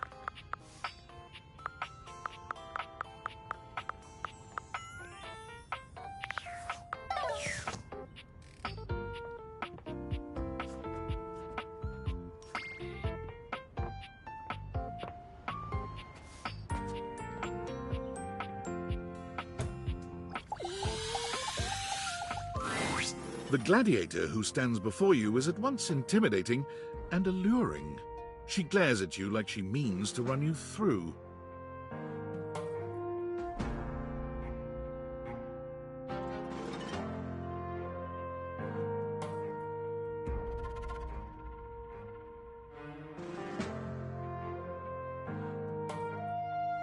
She also emanates the refreshing scent of springtime breeze. It slightly undermines whatever murderous intent she may actually have. She is beautiful and terrifying, an Amazon in blue and pink. But even as she points her sword at your throat, all you can do is marvel at just how clean and sweetly scented it is. Who dares disturb me?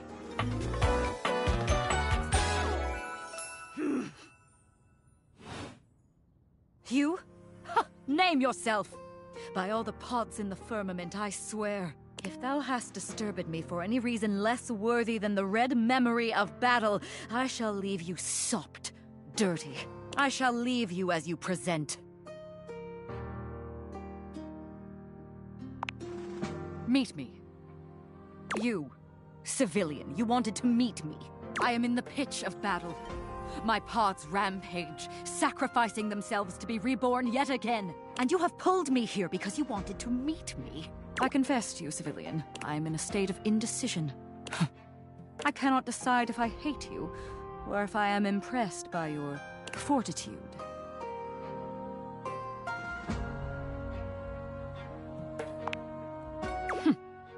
Fortitude. Such bold abandon flaunts a newling's claim.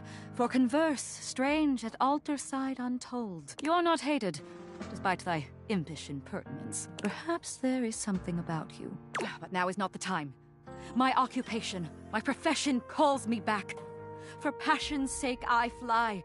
For passion's sake I am not pulled again. Come to me only when the hurly-burly is done, to win or loss.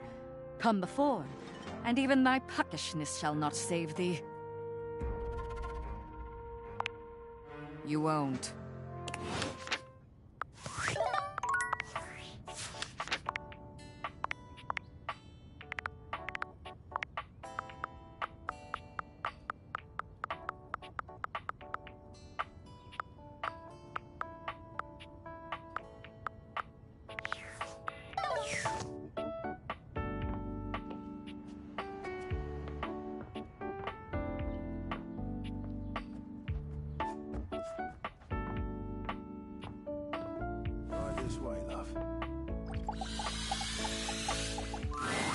One moment you're looking at your old sports equipment, and the next you're looking at a gorgeous, muscled man dressed in various pieces of sports equipment that once belonged to a far more optimistic version of yourself. As you watch this guy go through an entire squat routine, it's more than clear that, unlike you, this guy has never struggled to maintain an athletic routine. Mid-squat, he stops suddenly, bending down to peer at you through his legs. A handsome, smiling face, boxed in by thighs so thick and developed, you're rendered speechless for a few minutes. Oh, hey! He sets his weights down, standing up and beaming at you like you've just told him he's won the lottery. It's about time you made your way over here. I was starting to think you forgot about me.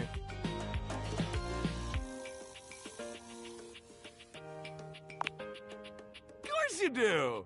But I'll never turn down a chance to introduce myself. The lights dim, and a spotlight appears from... you're not quite sure where, really. Ladies and gentlemen, now entering the stadium, the king of the ring, the Duke of Dunk, the jack of all trades, master of fun, Mr. Duncan Dunk Shuttlecock! Oh, hell! Hey, thank you. He goes through a few poses that really make his abundant muscles pop, looking at you with the grin of a confident athlete. Dunk is delighted by your cheering, and he spends a few more moments basking in your attention. Oh, man. It's been a while since I actually had an audience. Feels good. Don't worry about remembering all those names. That's just stuff that makes me sound cool when I hit the court, or the field, or wherever I'm playing. Dunk is just fine for pals. Or the pals. He cocks his head to the side, thinking. You can almost see the gears turning. So, like, best friends? Oh! Well, Dunk is fine for lovers, too. But if you say hi, you can call me just about anything. Anyway, it's great to see you here, finally. He grows very serious, placing a strong but gentle hand on your shoulder. What happened, man? How come you stayed away so long? Did someone ruin the joy of sports for you? Ah, man, I get that. Life is so much sometimes, but you gotta make time for yourself, too. Dunk gives your shoulder one final little squeeze, and then he's slapping you on the back so enthusiastically you nearly collapse. This fine hunk clearly does not know his own strength. Well, hey, no matter what happened before, you're here now. Your inner athlete said, "Let's get it, baby!" And who are we to say no to your inner athlete? Hell yeah, love that positive attitude. We're gonna have a great time together. We just gotta get you into the flow, but I wanna make sure you're ready for it. After all, working out without a proper warm-up is a great way to get a nasty injury. So you come back here when you're ready to get into it. Meet me by the weight rack, all right? Bring your positive attitude. We're gonna have fun!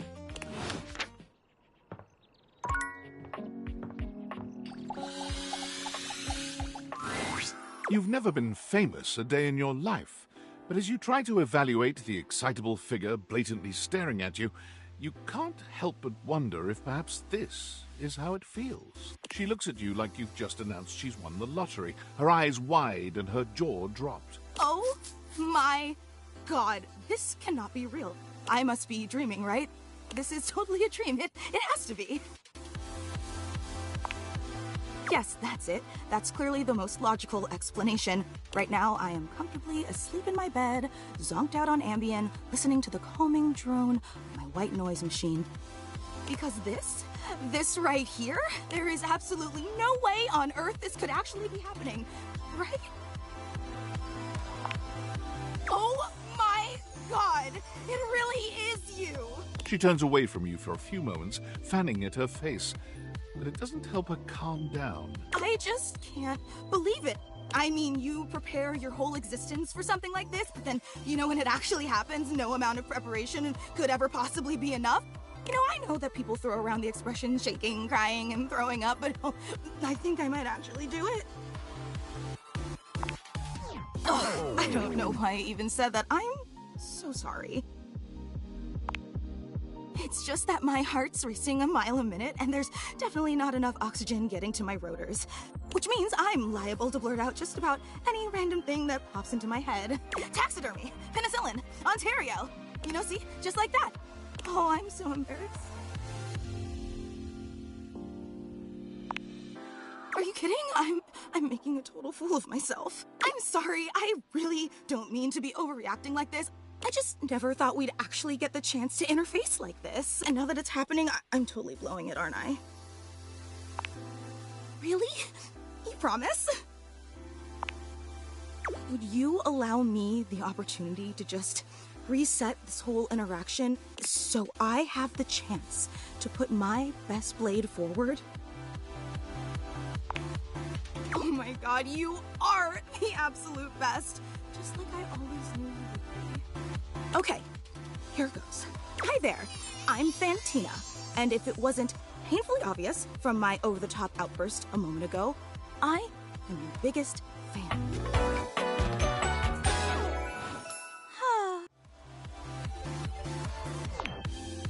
Oh, I'm so glad you feel that way. I've been a huge admirer of yours since the second you brought me home from that discount electronics outlet all those years ago. Just everything about you is so unbelievably impressive. I'm constantly in total awe. It's true. I've never known anyone so inspiring. The way you wash the dishes, making sure they're sparkling clean even before you place them in the dishwasher. The way you adhere to a strict daily routine with every single minute pre-planned weeks in advance. The way you always file your taxes 3 months before they're due. Oh, there truly aren't words for how incredible you are.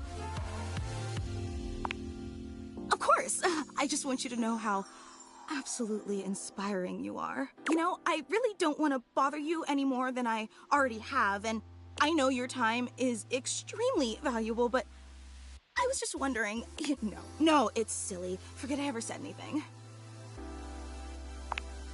Well, I was just wondering, if it's not too much trouble, would you be willing to sign one of my blades? Just so I have something to remember this amazing moment by.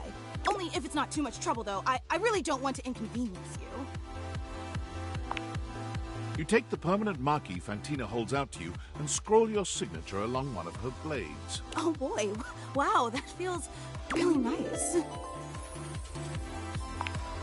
Yum. Oh, thank you so much. This is so amazing, and your handwriting is so immaculate. You are an artist with that pen. I didn't realize I was in the presence of such a talented calligrapher.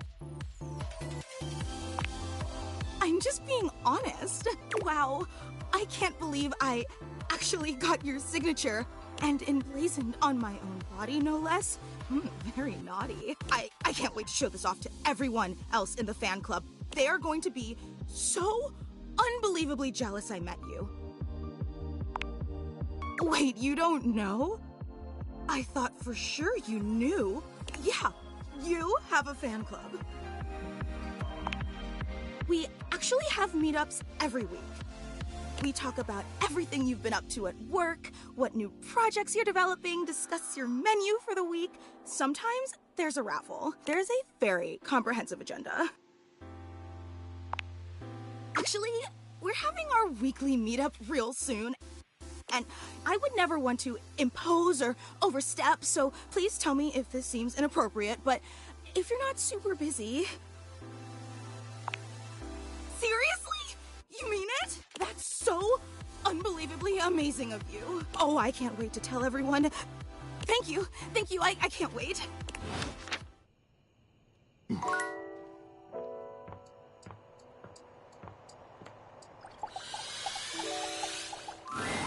There's something so intensely familiar about the cuddly stranger standing in your closet.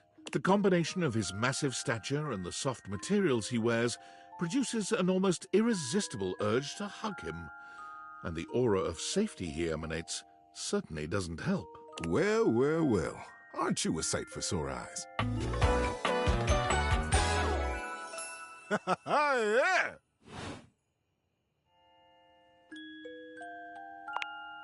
You are very welcome. You are so kind to express your gratitude like that. I feel like that's a bit of a lost art these days. To be honest, it's just so nice that you can really feel your gratitude. It feels good. It's one of my favorite things. Right behind fresh hot chocolate, warm in a mug in my hands. Oh, and munching on a big bowl of popcorn.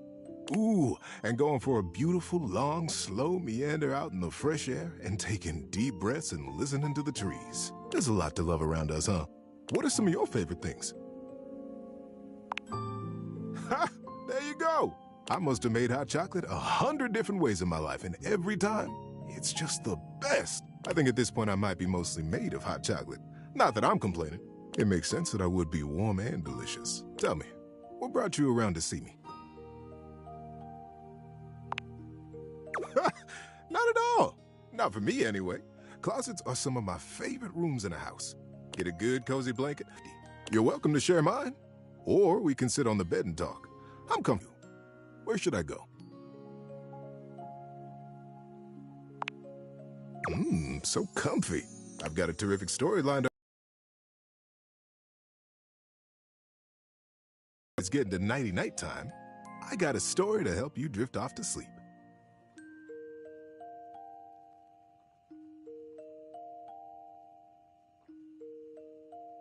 For me, whenever it's daytime, I'll give advice. But at sleepy time, it's story time. Want to hear my story?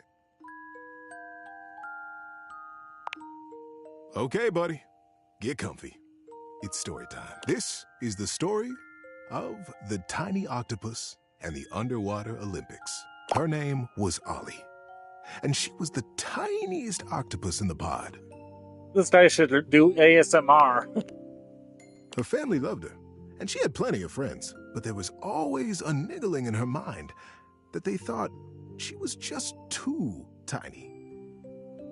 Cute little Ollie. Don't make her lift that big anemone. Oh, look at little Ollie. There's no way she can reach that big, tall kelp tree.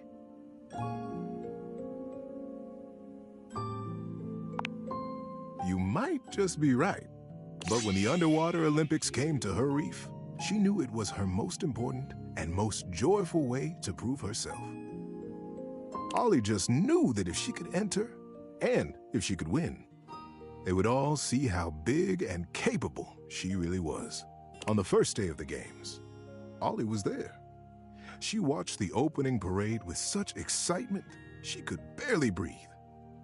Then the MC swam up to the podium to announce the events that would be taking place, and Ollie couldn't believe her eyes. The MC was none other than Click-Clack Carruthers, the bombastic and amiable crab who ran the General Mercantile store back at her reef. This was surely a good sign.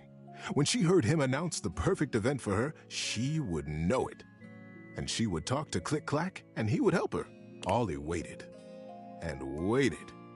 It seemed there were 1,000 events at the games, from sand racing to bubble ballet. But she finally heard it. The rock toss. Competitors chose rocks as big as they could find and heaved them over their heads in a dazzling display of strength. Whoever heaved the biggest rock the furthest would be declared the winner. It's just perfect, thought Ollie. The perfect way to show my size and strength. And when I win, all my friends and family will cheer for me. She nodded her head decisively and spurted off to find Click-Clack. He wasn't hard to find. Just like at his store, Click-Clack had drawn a crowd with his booming voice, brightly colored claws, and humorous tails. Ollie secretly suspected the tails were much taller than Click-Clack himself. But nobody seemed to mind. Click-Clack, she called out, edging her tiny body through the crush of listeners gathered for his story. Click-Clack, it's me. It's Ollie. Ollie, you little flutterby. Get your tentacles over here. She gave him a friendly hug. What are you doing here? Said Click-Clack. Click-Clack, she began. I need your help. I want to compete in the games. I want to enter the rock toss and show my friends and family that I am big and strong. Can you help me? Click-Clack considered seriously for a moment. Ollie, he began, this is a sincere undertaking. Now, the rock toss is very difficult. It is also dangerous. Even seasoned competitors can have trouble with it. Are you sure you want to enter that event? Ollie looked deep into his little dark eyes. Yes, Click-Clack. I want it more than anything in the world. Click-Clack snapped his claws together decisively. Well then, more than anything in the world. If that's the case, of course I'll help you. Let's get over there and get you registered. Oh, Click-Clack, thank you. Thank you, thank you, thank you, thank you, thank you, thank you. I'll make you proud. You'll see. I'm going to win. Ollie, I'm proud of you for knowing what you want. That's a feat in and of itself. And you can bet I'll be watching you when you compete. I'll be cheering no matter what. How you doing, buddy? Need a break? Now, the next few days felt like a blur to Ollie. She told her friends and family all to come to the games, but she wouldn't tell them why. She trained in secret all day, every day, most nights. She dreamt about finally hefting that great shell trophy. But there were some nights when the nagging thoughts came back. Could she do it? She was small. Maybe she was too small. These dreams unsettled her. But when she awoke, she couldn't remember them. It was just a vague feeling of doubt, of question. She continued with her training, and the doubt slipped in the back of her mind. Almost before she knew it, the day came. She made her way to the competition grounds and took her assigned place next to her rock. It was much bigger even than she had imagined it would be, and for a moment, she was afraid. I'm afraid, she whispered quietly to herself. I'm afraid. But I am going to do this. I am going to lift this rock. The competitors around her shook their shells, their tentacles. The fish opened their gills wide, and the giant prawns flexed their powerful tails. Nervously, Ollie scanned the faces of the crowd.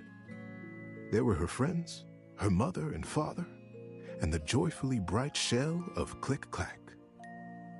He winked at her and waved a claw. He had promised to be there, and there he was. Ollie took a deep breath and began to relax. Across the field from her, the biggest snail Ollie had ever seen was stretching his cabled neck. Timo, the Australian trumpet. A legend. The winner of the rock toss for the last 4 games. The undefeated champion. Ollie began to giggle. She was standing in the same sand as Timo the trumpet. The starting song began to whistle through the water. 3, 2, 1. And a great deep note reverberated through the water. Lift, it cried. Lift and toss. Ollie's focus became laser sharp. It was her training, and the rock. 1 tentacle underneath, 2 tentacles underneath, 6 tentacles levering behind her. one more tentacle underneath. She shifted her little body, wiggling her tentacles under the huge stone, and pressing as hard as she could down into the shifting sand to leverage the great weight up over her head. She strained and gritted her beak. She drew on all those moments she had felt too small, and all those moments she knew she was big. She was strong, and she was just right. And up it went. She knew she was working, but that stone, that stone almost seemed to be floating above her. One more step, just a huge heaving toss, and she would have done it. She began to arch her tentacles back, winding up for the throw, when suddenly, across from the field came a sickening crack. Oof, and a loud, deep yell of pain. Ollie's focus jerked to the source of the sounds and found Timo the trumpet pinned under his gigantic rock. Somehow, the projectile had slipped, cracking his shell and driving his body deep into the sand. Click-Clack was rushing down from the stands, trying to bring order to the mass of creatures that had gathered to try to free Timo from the crush. But they couldn't. The stone was bearing down on his shell and had buried its ends in the sand. Nobody could get a grip on it. And nobody but Timo could have lifted a stone that heavy. He was trapped. Ollie could hear his pained yells becoming more frightened. Creatures bustled around him, speaking over each other and ineffectually pushing on the stone. And then she saw it. Between the edge of the stone and the edge of Timo's shell was a gap. A tiny gap. So small no one else had even noticed it. If she could just get in there and create even a little bit of space for him, Timo would be able to lift the stone for himself. We'll see. In a flash, she had made up her mind. She let her hard-lifted rock slip from her grip and rushed across the field in a little purple blur. She darted around and through the crowd until she found the gap and inched her way into the dark recess. Timo! Timo, can you hear me? Timo's eyes were frantic, his breathing fast and thready. Yes? He finally croaked. Yes, I can hear you. Who are you? How did you get in here? My name is Ollie. I came in through that little gap there. She pointed it out, and his eyes goggled. You got through that? He marveled. I thought I was alone. Well, you aren't. Not anymore. Now listen, we're going to get you out of here. I can't lift that whole stone, but I can lift a little bit. If I give you a little bit of space, can you do the rest? You can lift this at all? Timo the trumpet, the undefeated champion, stared at little Ollie in the dark water with shock on his face. Yes, I can. I had already lifted my rock for the competition. You were in the competition? Timo said quietly. I didn't even see you. I'm sorry. Ollie smiled. It's okay. It happens all the time. But you can see me now, and we have work to do. Are you ready? Timo took a deep breath and a swallow. Yes, Ollie. If you can lift a little bit, I can do the rest. And so together, the biggest creature and the smallest one began to push. Ollie lifting Timo, and Timo lifting the stone inch by inch, breath by breath. The massive rock began to shift until finally, plop! The big rock dislodged itself and fell heavily down into the sand beside them, off of Timo's shell completely. The crowd began to cheer wildly. Timo! He has done it again! He has rescued himself!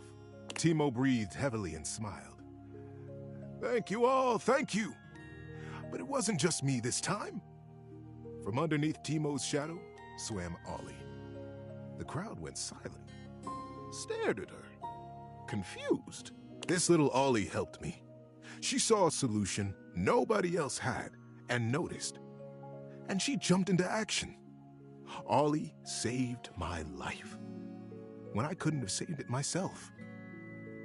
Ollie is the hero today. Ollie felt herself turning blush pink, and she gazed out confidently at all the faces of her friends and family. The crowd began to part, and Click-Clack was soon standing in front of her. His face was a picture of joy and of pride. "Folks," he began, not taking his eyes from Ollie, "while there is no official winner to this contest, as it was interrupted, I propose that we award the Great Shell to our hero, Ollie. She is brave, and though she may be but small, she is mighty." The ripple of approval and excitement ran through the crowd like a wave. Before long, they were clapping, and then they were cheering. And before Ollie knew it, she was sitting atop Timo's shell, mindful of the crack the stone had made, and the great shell was wrapped securely in her tentacles. "I did it," she thought. "I won." It took her only a moment to realize that she had won not by being big, but by being exactly who she had been all along. That's it. What do you think? That's why I told it. Good night, buddy.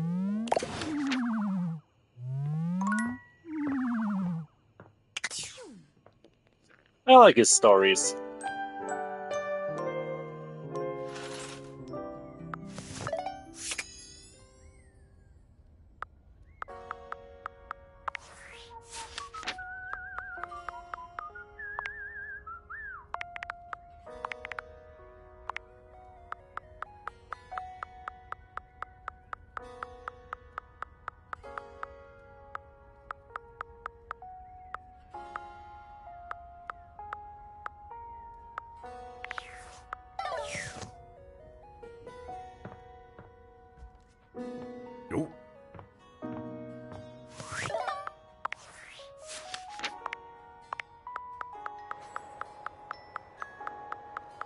Sits mortal awaken.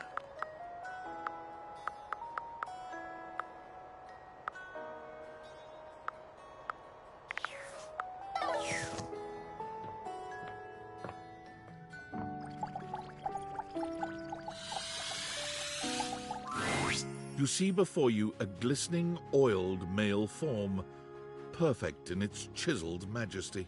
His gold, or is that bronze skin, is perfectly smooth, his features flawless, and his face? Stunning. Oh, hello there. Don't mind me. I'm just catching a bit of air. Hello.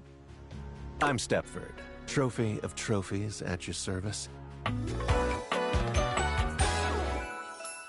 I've just been standing here all covered with oil, waiting for a good sunbeam to come along. That's a winner's name if ever I've heard one. Nice to meet another champion. So, what brings you around these parts? Ah, yes, the old exercise. Quite good for the, ligatures. Of course, yes, those. As it so happens, I have a self-tanning appointment coming up. Can't be late, but I'm so glad we met. Come and see me again soon, won't you? And be sure to bring that fantastic red shirt. Got a tan.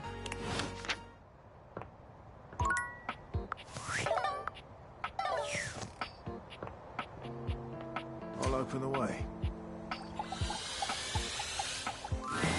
A handsome construction worker currently invading your space makes you feel as though you've accidentally wandered into an active building site. He holds up his hands to stop you from going any further, glaring at you as he looks you up and down. Whoa! Where do you think you're going?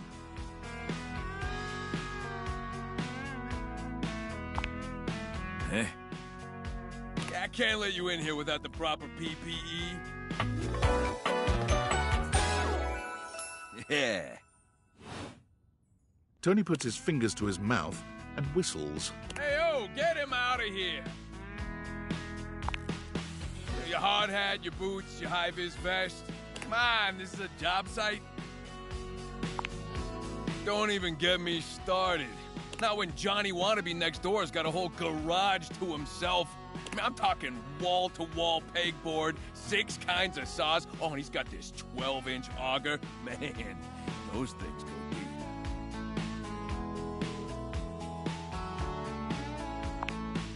Yeah, well, what can I say? It's professional jealousy. Look, all I'm saying is I want a little more space, too. You know, for entertaining. I'm a popular tool. It's always, hi, Tony this, thanks, Tony that, or Tone, my ass is leaking. Jean-Loup, incontinence. You didn't hear from me, though. HIPAA. Anyways, objects need somewhere bigger than this to come see me for what ails them. And, sometimes old Tom might also want to have special company over. You know what I'm talking about, huh? Tony nods, grinning smugly at you. You know what I'm talking about. You know what I'm talking about. You know what I'm talking about. You know what I'm talking about, yeah. You know what I'm talking about? Woo! Tony nods at you. You nod at him. And you nod at each other, both entirely pleased that you each know what the other is talking about. So you get it. I need more...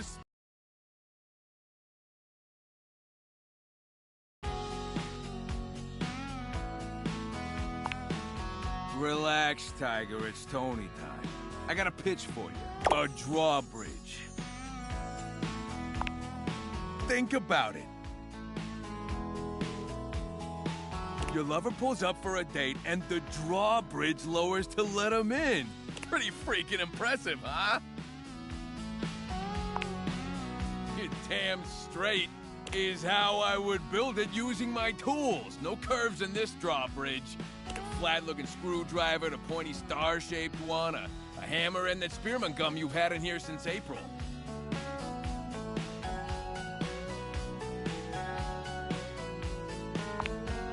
Absolutely. So you get it.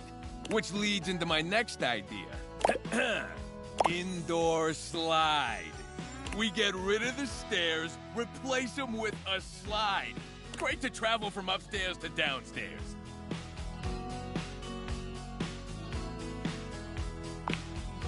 Way ahead of you.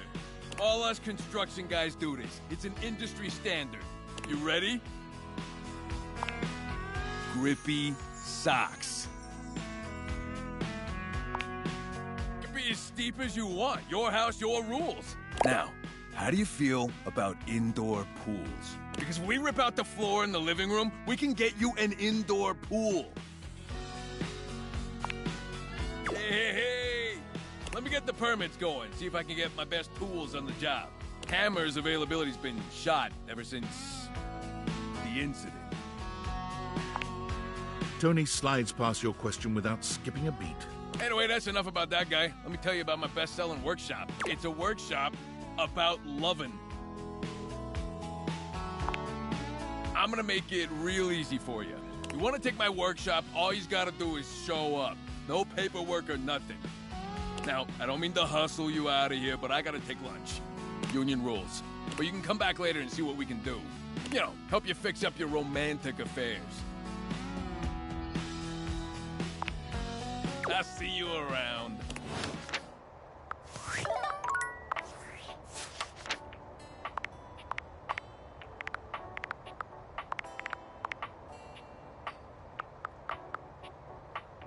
Be right back. Gotta use the bathroom real quick.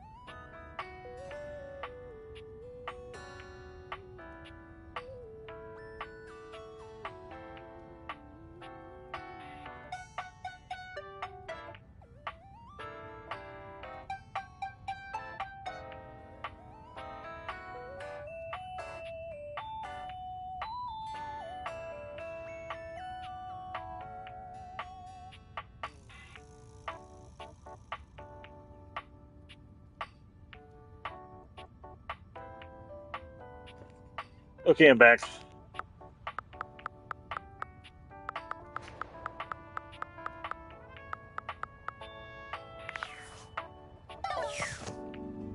Alright, Ben, how's the Sea Master Shake?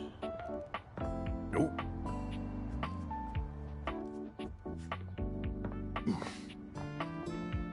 Close it. Where secrets are kept.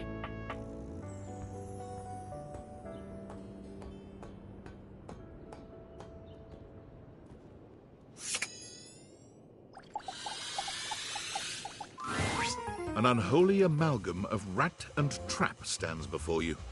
He regards you as you do him, with Holy frickin' shit! What am I looking at here? A new face in the crawl space? Are you real or what? What's wrong with you? You ain't gonna find it here. Hello, I'm Vaughn. I'm your rat trap. Bring in your little card. You'll see. Hi, I'm Vaughn. I can't wait to love you or whatever the fuck. Yeah, right there. Can't believe it took me so long to realize it was Dana Snyder voicing them. Sorry, pal, I've been down here a long time, okay? You eyeballing me or something? I can feel your gaze. Lingering.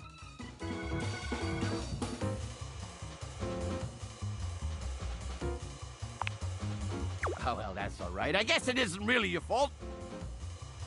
I do think of myself as a very well-defined character of a sort. How do you do?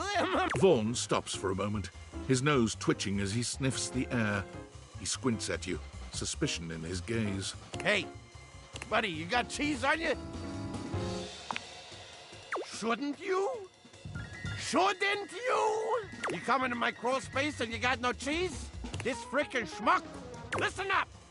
You seem like the fancy outside of the crawl space sort. Is that right? Look at the way you talk. You got no character. So I'll let you in on a little something. You want to make a good impression? Then you bring some frickin' cheese with you. That's a life lesson for you too, kid, in a metaphorical sense. Though in this particular instance, I mean it very literally. Give me that cheese, baby! Get some cheese, I start chatting, okay? You want to know more? Throw me a slice. Check the fridge, Slowpoke.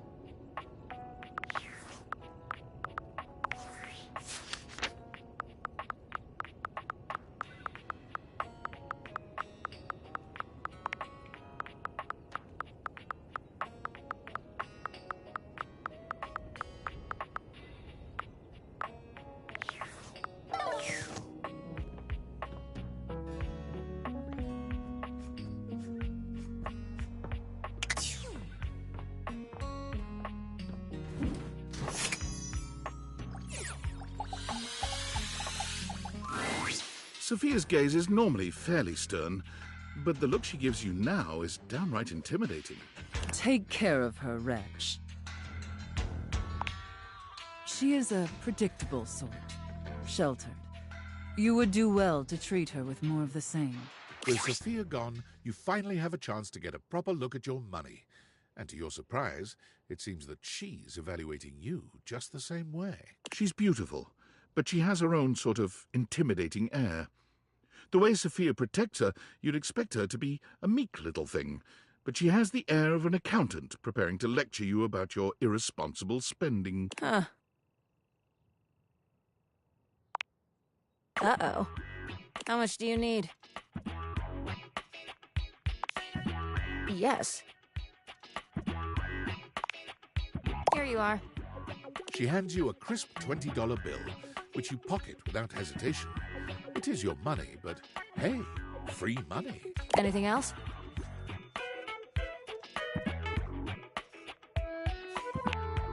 There's no time for pleasantries if you have come to me. How bad is it? What is the financial crisis? Were you recently laid off? Any bills with accruing interest left unpaid? Did you overextend monetary aid to a relative, friend, or an unpromising lover?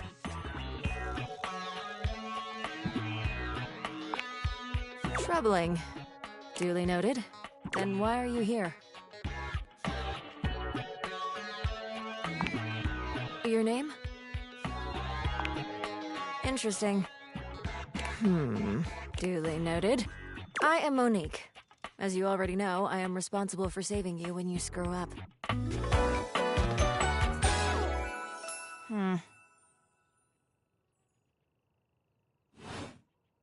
Please refrain from speaking to me unless you are in dire need of accessing your Gives a new meaning to the phrase money talks.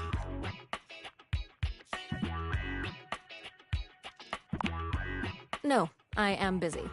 As I sit here in my safe, my value remains unchanged, save for the rigors of inflation.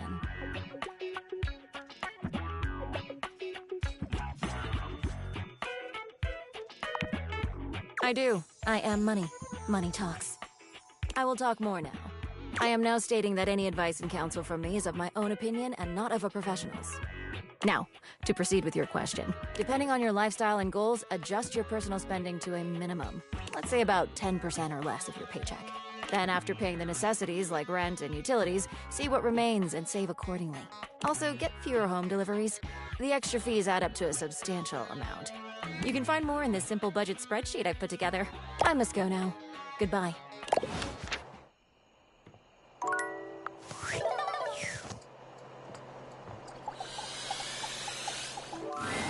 A grande dame with a gothic vibe regards you with an expression that's hard to read. She holds your forgotten, formerly trendy robot dog in her arms, petting him idly. Well, well, if it isn't the one who made me.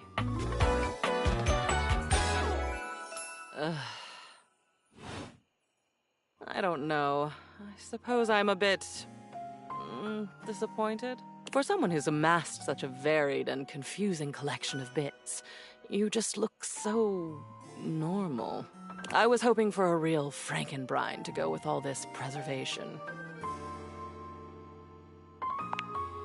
That you did, my darling. Can't you tell? I am the animus behind all of this stuff. Your stuff. All these boxes. All these memories stuffed up here in the attic because you didn't want to get rid of them, but couldn't think of anything else to do. One object, fine. Two objects, fine. But boxes full? You had to know that was all going to add up to something more substantial. To me, you lucky dog. All this time I've been in your house, and this is the first time you've come up to visit me. I think I'll make use of your presence, long delayed though it is, by holding your feet to the fire. Is it? I suppose so. Spicy is not generally the first descriptor applied to me. Bitter, cold, dangerous, damaged, deranged, unhinged, mad. I had a lover once, a ladder, who told me I was the black hole she couldn't wait to fall into. She's gone now. Memories. At long last, we are going to go through all of this.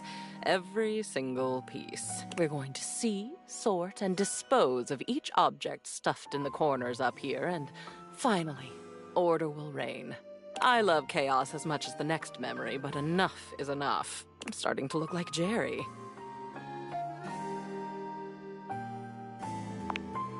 Well then, it appears we're going to get along after all. I only hope your enthusiasm lasts. In the past, your stamina for this kind of work has been underwhelming. Excellent. Unrealistic, perhaps, but encouraging. Shall we? The first of your tasks for me is to gather Cam and Art, so that we might proceed efficiently. These two are both necessary for our project to proceed, so off you go.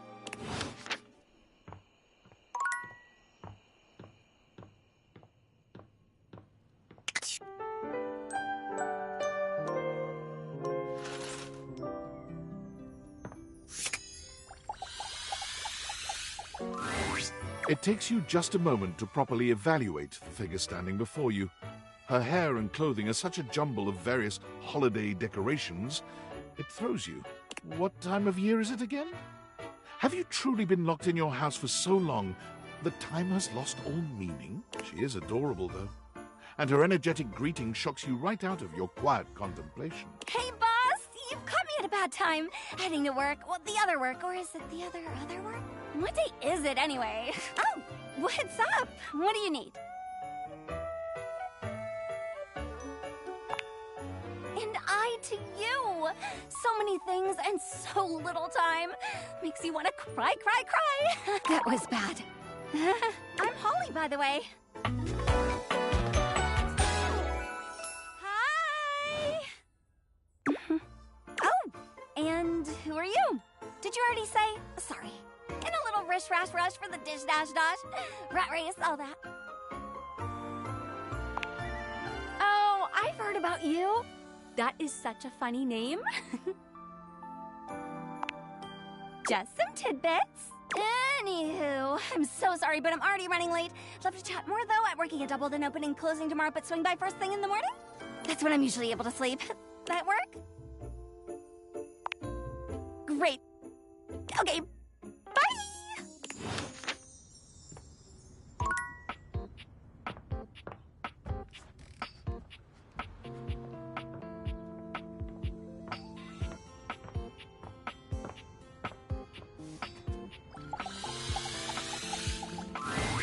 Yo. Okay. It appears that Cam is interested in helping with Lady Memoria. Art is still required for her request.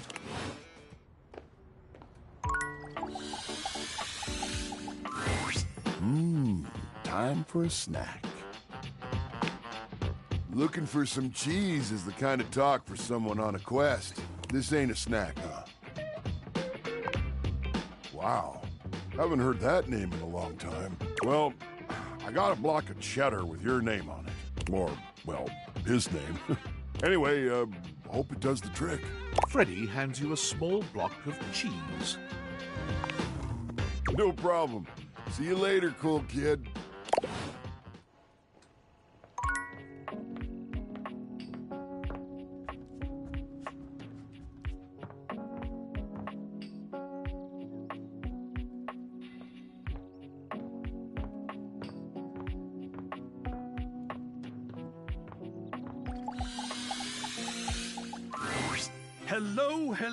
Hello. How are we today? What are we feeling? How can the wide world of artistic expression help you?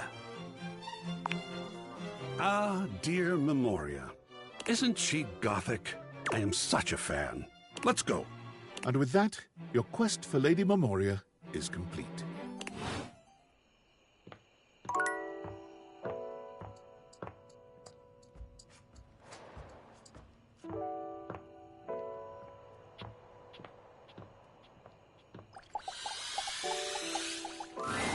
You come upon the Scandelabra with his back to you, talking to himself while seeming to furiously polish something.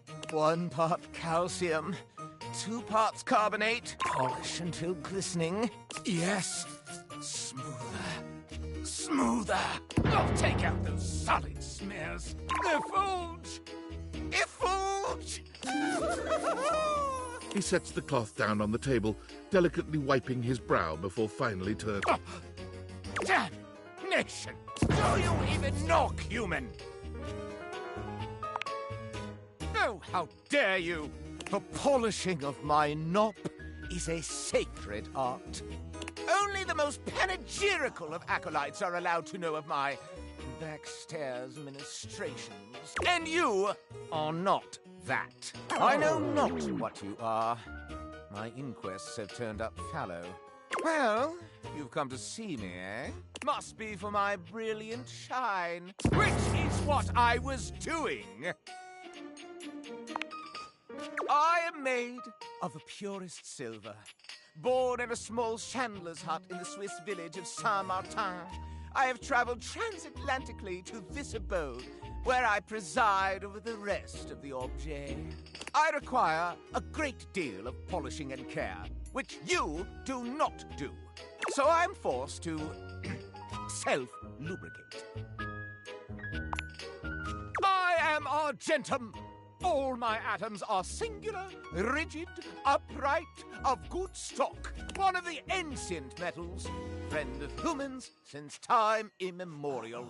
And most importantly, I am chaste. I perch aloft this dining able, surveying the better part of the kitchen, living room, and the emptiest of walls. As I gaze into that wall, sometimes I am gripped with the fiercest ennui imaginable. Do try it sometime. It's rather addictive. These other objets, these gratis roustabout, love each other in ways you cannot imagine. These things proliferate like the dust bunnies neath the Davenport. Mass-produced, your shuttle creep and crawl through each room, seeking ardor amongst the appliances. I see them, hear them, smell their love. And I rise above it, like an angel over vermin. Though I do enjoy hearing about it, mistake me not. But to dip my own sconce into the tumescent tumult? Never. Having told you my story, I must away. Regards, Ed.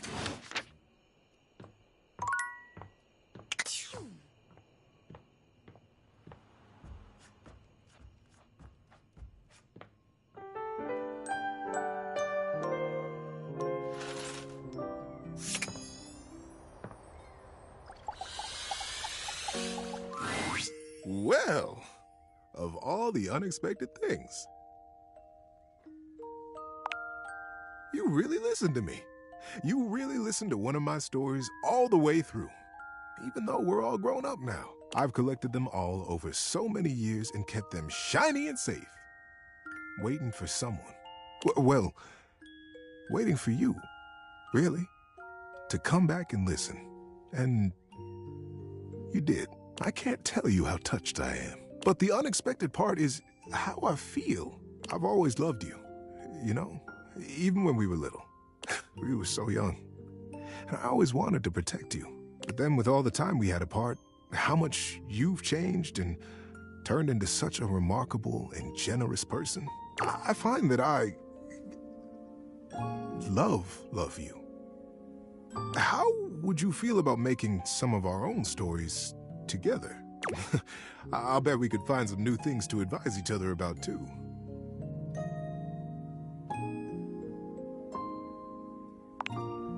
You feel the same way?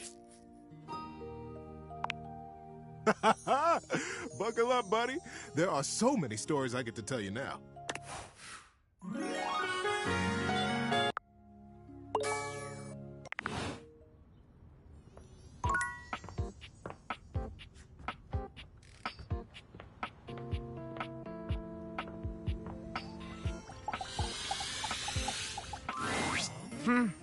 Yet you return. You must desire me in some way. The chance of critical colloquy beckons. Though you do have some chance at impressing me, I can take you under my labrum. But, tell me, when I spoke of polishing my knob, do you even know what that is? Correct. You certainly know your way around knobs. Now, where on me is my labrum? Indeed, my labra hold the sacred flame aloft. Last, a capital may mean an uppercase letter or an exclamation for a lovely thing. But where is the capital on my corpus? Exactement! My capitals lie neath my sconce. Oh dear! You certainly know your way around candlesticks. It makes me burn rather hot. Allow me to tally up my feelings for you. I deem you worthy of my esteem. Honestly, you should now feel rather lonely, as I do. For there is no one else in the homestead whom I can count as my friend. Well done. You'll see it on the little screen as we part ways. Don't worry, I did not mess up. This is all part of the plan.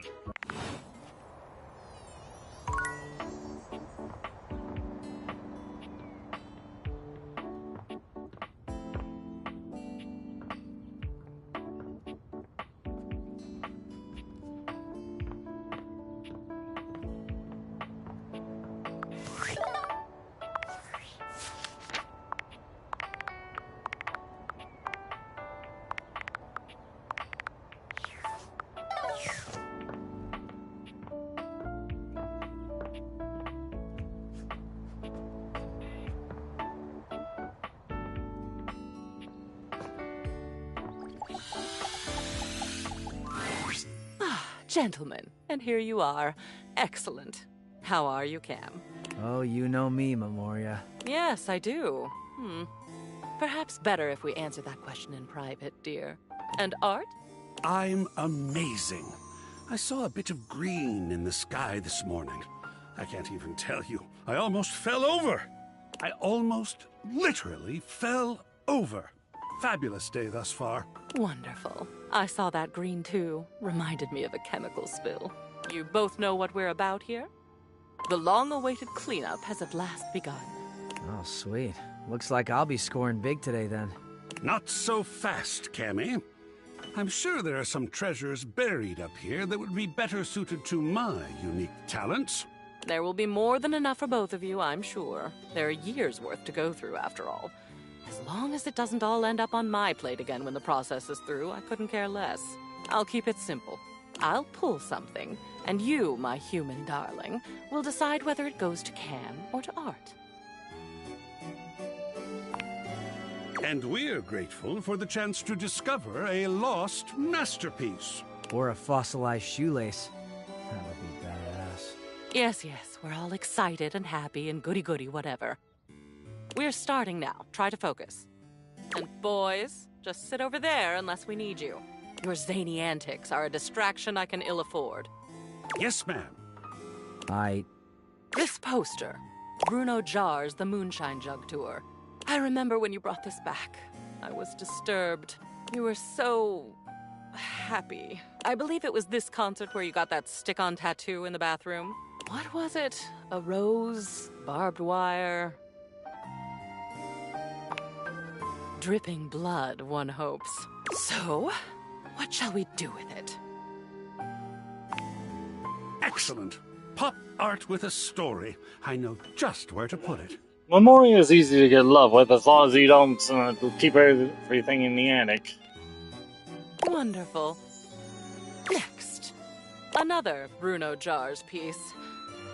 This is the album itself called Moonshine. And it looks like you attached your tickets to it as well. How sentimental. Oh, I suppose if I'd bought scalp tickets at the door from a man in a red sequined fedora, I'd have kept them too. Don't think you'll be giving me that fantastic red shirt, by the way. Clothing covers no sins with me. What would you like to do? Great. This is something you constructed in a way. Lovely. We're making good progress. How surprising. Now these. These are stamp and coin collections. I remember when you started making these. I believe your grandfather sent you the first few. I'd be surprised that you still had them, but you don't. I do. And we're going to make a decision about them. Now, please. A family heirloom. I'll hang it with honor. Family is important. These next, I think, should be easy. You, dear, have a collection of magazines about picture frames. Do you remember? You had that nosy neighbor who kept stealing your mail, and you wanted to antagonize them with deeply uninteresting booty for their trouble. I thought it was brilliant, frankly.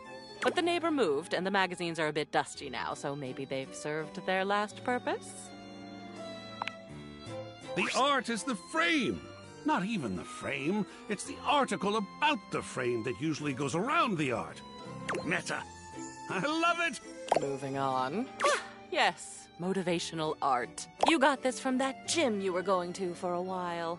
Apparently they had good classes, a clean locker room, and this penchant for making thing-based puns. Believe in your shelf.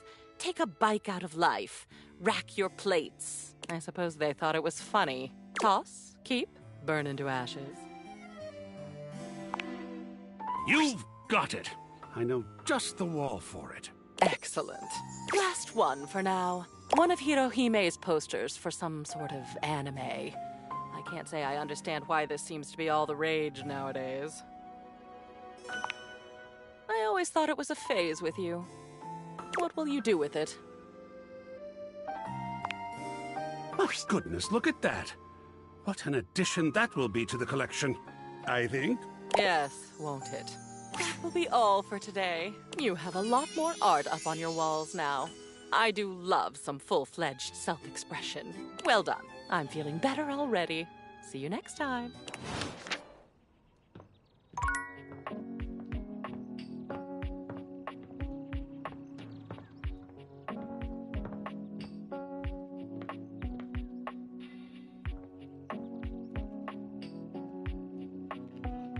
I think we'll close out the stream by doing a G&G session with Chance.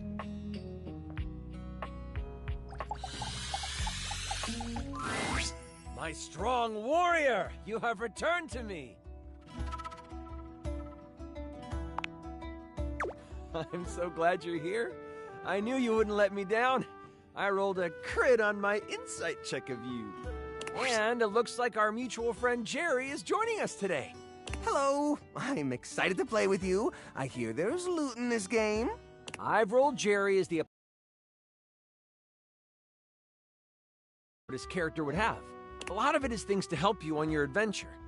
Some of it is, well, less than useful. You will be playing the mighty Sadida Ikin, a guardian who lives on Shoelace Shores in the village of Sneakhaw. You are on your way back from training on the nearby Chukka Hills. You will start with 75 health, but don't worry, I'll keep track of all those things for you. We start our adventure in the early morning. As you walk upon the grass path, thinking about your latest training and feeling the soreness in your muscles, your mind drifts to home.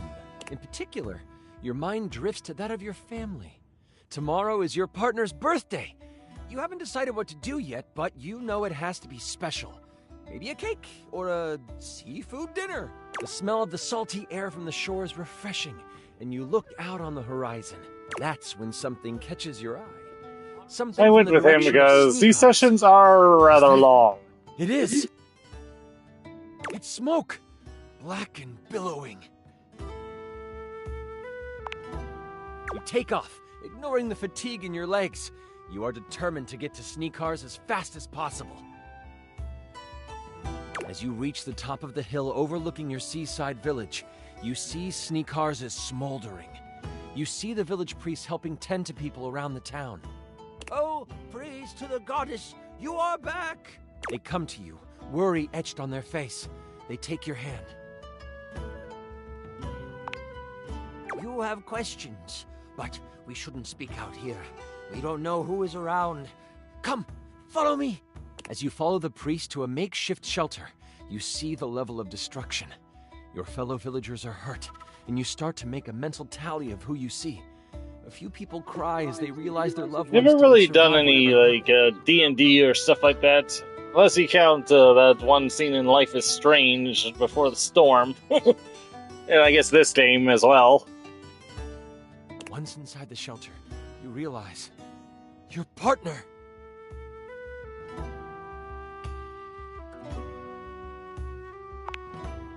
We were attacked right before dawn.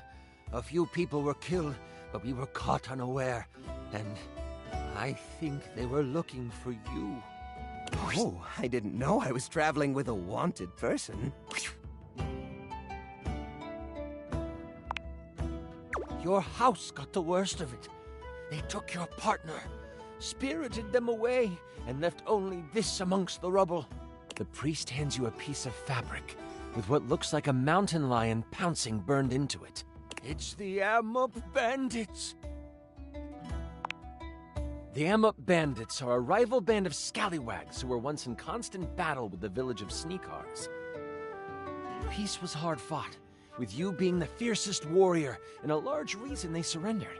That was a decade ago, and you thought they had moved on.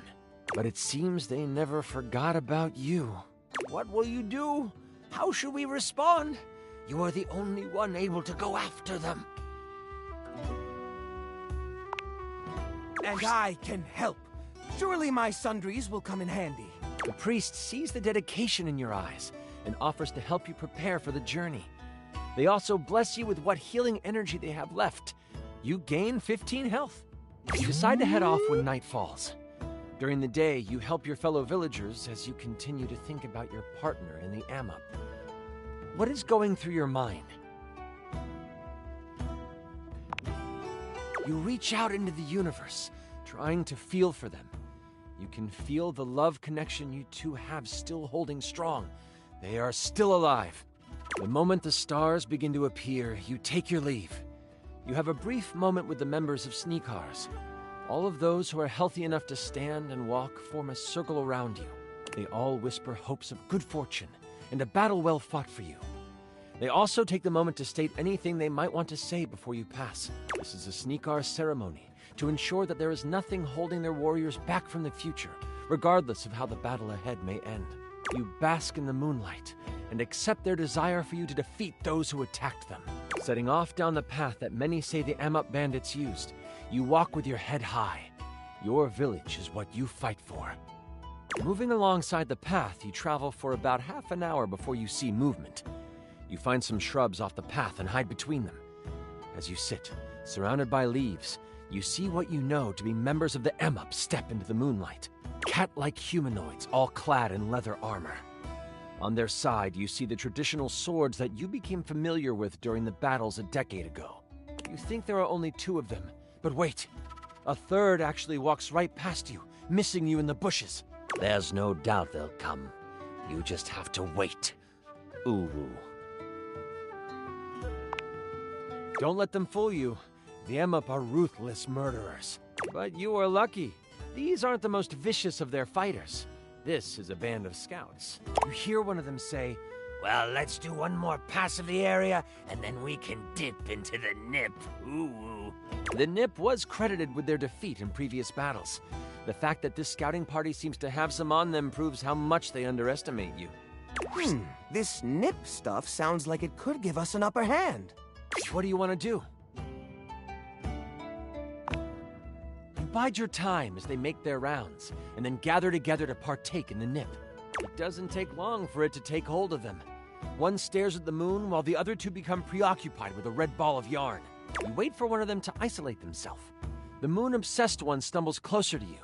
Still looking up, he stops right by your hiding spot. You snatch him, pulling them into the bushes with you. You slide your hand over their mouth. They don't resist. The other 2? Obsessed with the yarn. They don't even notice he is gone. I pull out my laser pointer, ready to distract them if they start looking around for their friend here. You feel a sandpaper tongue against your hand. They are out of it. You remove your hand. They still just stare at the moon. You're looking for your partner? Oh, The Amup get uncomfortably close to you, whispering in your ear a secret passage to the dungeon where your partner is being held. Their tongue brushes against your face a few times. Noted. Almost as if nothing happened. The moment you let them go, they stare at the moon again. They go over to their fellow scouts and whisper something to them. The 2 on the ground look your way. They wave. Oh, precious. Simply precious. They then get up, move out of the way of the path, and continue with what they were doing. You have passage. These Amup won't bother you. As you take off toward the Amup camp, you find yourself upon a dried-up stream bed. The warm days the past few months have not been kind to this stream. You look down on the dry stream bed and you think of the first time you spent the day next to it. It was the war. The battle had been raging on several fronts, and the weather had been gloomy. But on this day, the sun was out. It was just plain perfect that day, and both sides of the conflict knew it. No attacks were launched. Instead, you got to bathe in the cool stream waters. You cleaned your wounds, washed your face, and relaxed for the first time in weeks. That was when you first saw your partner in their birthday suit. You were spellbound. You didn't make a move then. Instead, you played it cool. You cracked jokes, splashed around, and let the sun dry your skin together. That was the day you fell in love with them. You were certain of it. It would take months after the fighting had ended for you to finally try to court them. But this is where it began. It feels fitting that it is dry now. That was beautiful. As you close your eyes to take in this space, you notice the tiniest sound of a trickle. Sure enough, further up the hill, there is a small amount of water starting to rise up from an underground spring. It is running clear and shining in the moonlight. You reach down and splash your face with it. It is refreshing and rejuvenating. You gain 15 health. With the memory of your partner ever present, you push on. You are ready to take on whatever is next. You find yourself at the edge of the Amup camp. They are out in full force. You scout the area to try to decide what to do. Lucky for you, not much has changed in the decades since you last stormed these wooden walls. This gives you a slight advantage. Still, they have numbers on their side. You decide to trust the word of the moon-obsessed Amup. While they told you a convoluted series of turns and tree stumps to look for, you remember every word. You meander your way around the woods, always making sure the encampment is within view. It's taking forever, though. Did you make the right decision in trusting an Amup? An Amup on Nib, to be more specific. Do we trust that little cat person? If you say so. You continue on the complicated path the Amup told you about. Suddenly, you walk across something that seems out of place. A portion of the ground almost seems hollow. Moving leaves out of the way, you find the handle to a hatch. You lift it, discovering a ladder. That Amup told you the truth, and for that, you are grateful. Oh, wow! That's awesome! I knew we were going the right way. It has not only saved you time, but the lives of some of his fellow Amup. You descend down the ladder, determined to find your partner, and take only the lives you need to in the process. You have entered the dungeon under the Amup camp. It smells like damp earth and wet fur. Nothing about the area feels safe. You move slowly down the corridor until you come upon a large open space. It's dark, with the flicker of a few torches in the far side of the wall providing a bit of light. I have a promotional light-up keychain in here somewhere. Ah, here it is! Bing! In the middle of it sits a person. They are slumped over, looking tired and worn down. You can't see their face, but their hair. The hair looks like it belongs to your partner. You run to them to find them asleep. They look so peaceful sleeping there. You try to wake them up. You give them a subtle shake, hoping to wake them gently. Their eyes open and see you. It takes a moment to register, but then a smile slides across their face. You came for me. Phew! You are together again. Now let's get out of here. As they look at you, you notice their eyes shift to right above your head. The glee they had turns to pure terror. Look out! Before you can turn around, you are pushed aside by a giant hand. You can feel something huge behind you. You scramble on the ground, putting yourself between you and your partner. You look up to see a tiger-like Amup towering over you. Drool drips from its teeth, and its breath reeks of fish and blood. He smirks and says to you, "Ah, yes. The great warrior of the Sneakers. Come to play hero once again." No woo-woo. He means business. Before I continue, I should let you know, this is where I wrote like a monologue for him. It's silly, but it's what the big bad is supposed to do. Ooh! Can I have the script when you're done? Sure. No worries, Jerry. Score! Do you mind if I do? Thanks. You're the best. The tiger Amup stomps his foot, and as if by magic, the rest of the torches in the walls erupt into flame. You know, I've always preferred to see my prey. You don't remember me. Or should I say, you don't remember my father, do you? The confused look on your face tells him you don't. destruction of many Amub families, I was just a little one. We thought our village to the south was safe. The one Amub settlement you and your kind left alone. That was until you arrived. I'm sure you remember that day. I saw you enter the town gates from my window perch. You looked so damn proud of yourself. They say you came to broker a truce.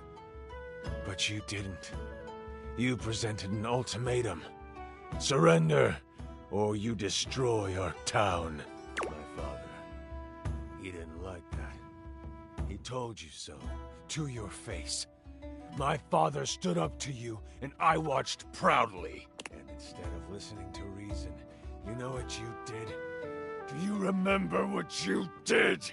You reached your hand out and patted him on the head, telling him it was okay. The way my father's body relaxed, and his tail flicked back and forth in an unexcused moment of enjoyment. Utterly embarrassing.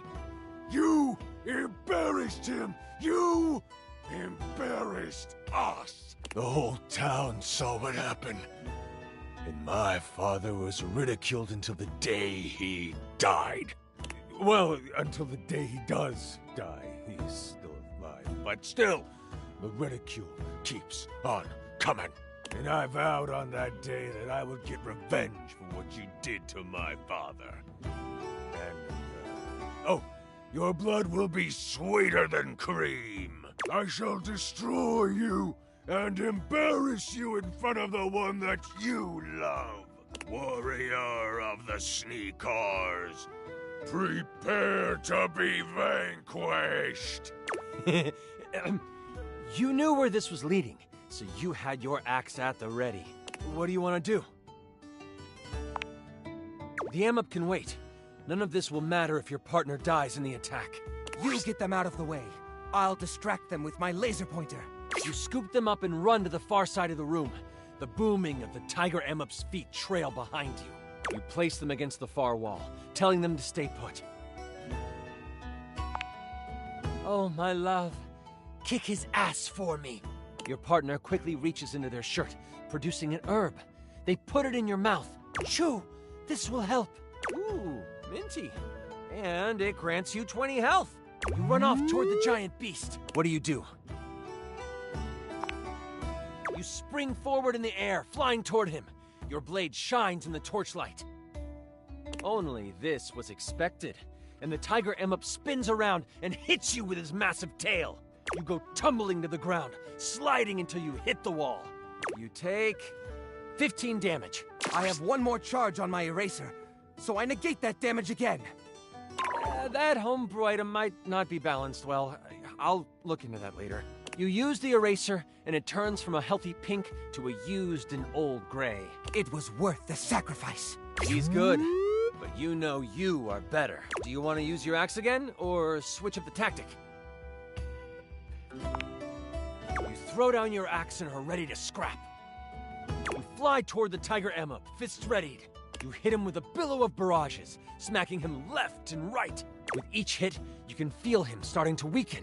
But even through the onslaught, he is able to get in a swipe with his claws. He hits you for 20 health. This swipe gives enough room for him to break away. He shoots you a look. An evil grin crosses his face. I'm doing this all wrong. You are the one who should live, and your partner should die. And with the reflexes of, well, a cat, he pounces towards your partner. Quick! Think of something! I don't know what things I can throw at it! You can either throw your axe, use your ultimate one-a-day attack, or if you have any other ideas. This is going to be good! You're tired of playing games. That rage you were trained with comes to the surface. You are ready to destroy this Amub. Power flows through you, so much so that rocks begin to float around you. Shh. Yellow gold energy culminates around you like flames. Your hair changes color too. Whatever color you want, really, but yeah, it changes. Time to know Super Saiyan. You fly across the room, catching the Amub midair. Punches faster than the eye can see fly from your fists. The tiger imp can't even grunt in response. You have taken on your glorious guardian form. All of your training has come to this, and you are executing it flawlessly. When you are finished, the tiger imp is clearly incapacitated. As the energy leaves your body, you collapse on the floor. Exhaustion takes over, and you slip in and out of awareness. Your partner scoops you up. I'll get us out of here, love. I want to stay behind. The Amup will need a new leader, and I would like to be that person. If they had a healer leading them, as opposed to a warrior, things might turn out different. That is very noble of you. I mean, really, I want to see what cool stuff they have. Fair enough. Jerry, your character finds their way to a staircase that leads up and out of the dungeon. I head to it and turn to say, let the village know I chose this life, and I regret nothing. You ascend the stairs toward your new destiny. As silently as you can, the two of you escape into the darkness of the night. You head back toward the Sneakar's village, taking time to stop at the stream where you first fell in love. Holding each other, you fall asleep. You are safe. Your love is safe. And for now, all is right. The village welcomes you back with open arms and excitement. In the coming weeks, as you rebuild your village, you get an official notice of surrender from the Amup. You have reminded them that they should fear you, and in turn, that you are not one to be messed with. This isn't the last time the great warrior of the Sneakars would have to raise their axe. But, for now, you can rest in knowing you have done what needed to be done. That was incredible! Oh, it was nothing. You were amazing! The way you just... Sorry. I'm just so excited with how much fun we just had. I'm floored by you. Listen, that was pretty much perfect for me. You are pretty much perfect to me. And if you are ever wanting to roleplay again, in any way, let me know. We could move from the character sheets to the, other sheets? Yeah, I'd like that. Same here. It'll be wonderful. Sure, Jerry. Sure. Until next time, you mighty hero, I'll be waiting for your epic return.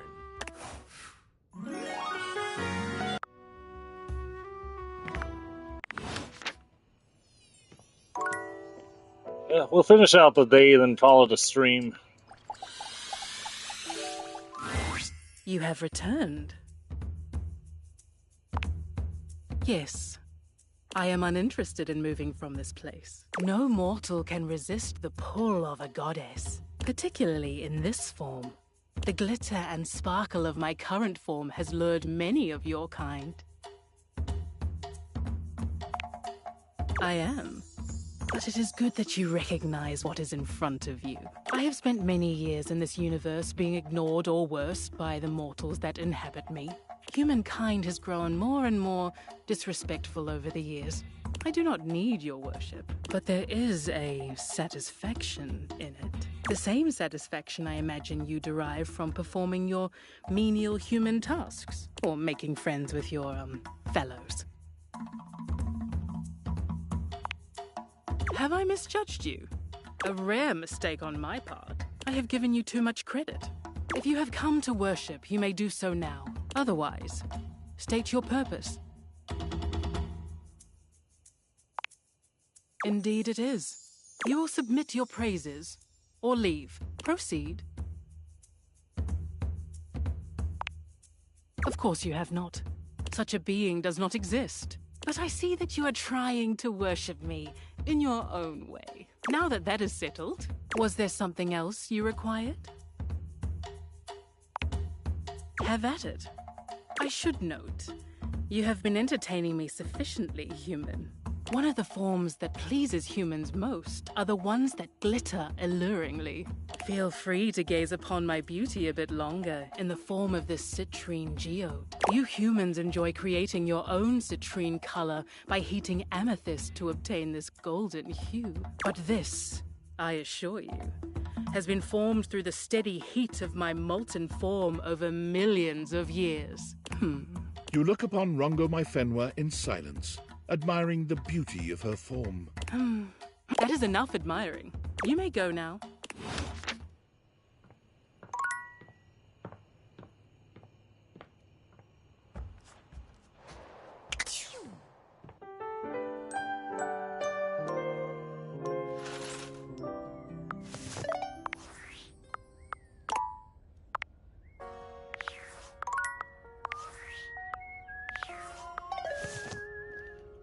Alright, well, we're going to call the stream here, but thank you for stopping by. Hope you enjoyed the stream.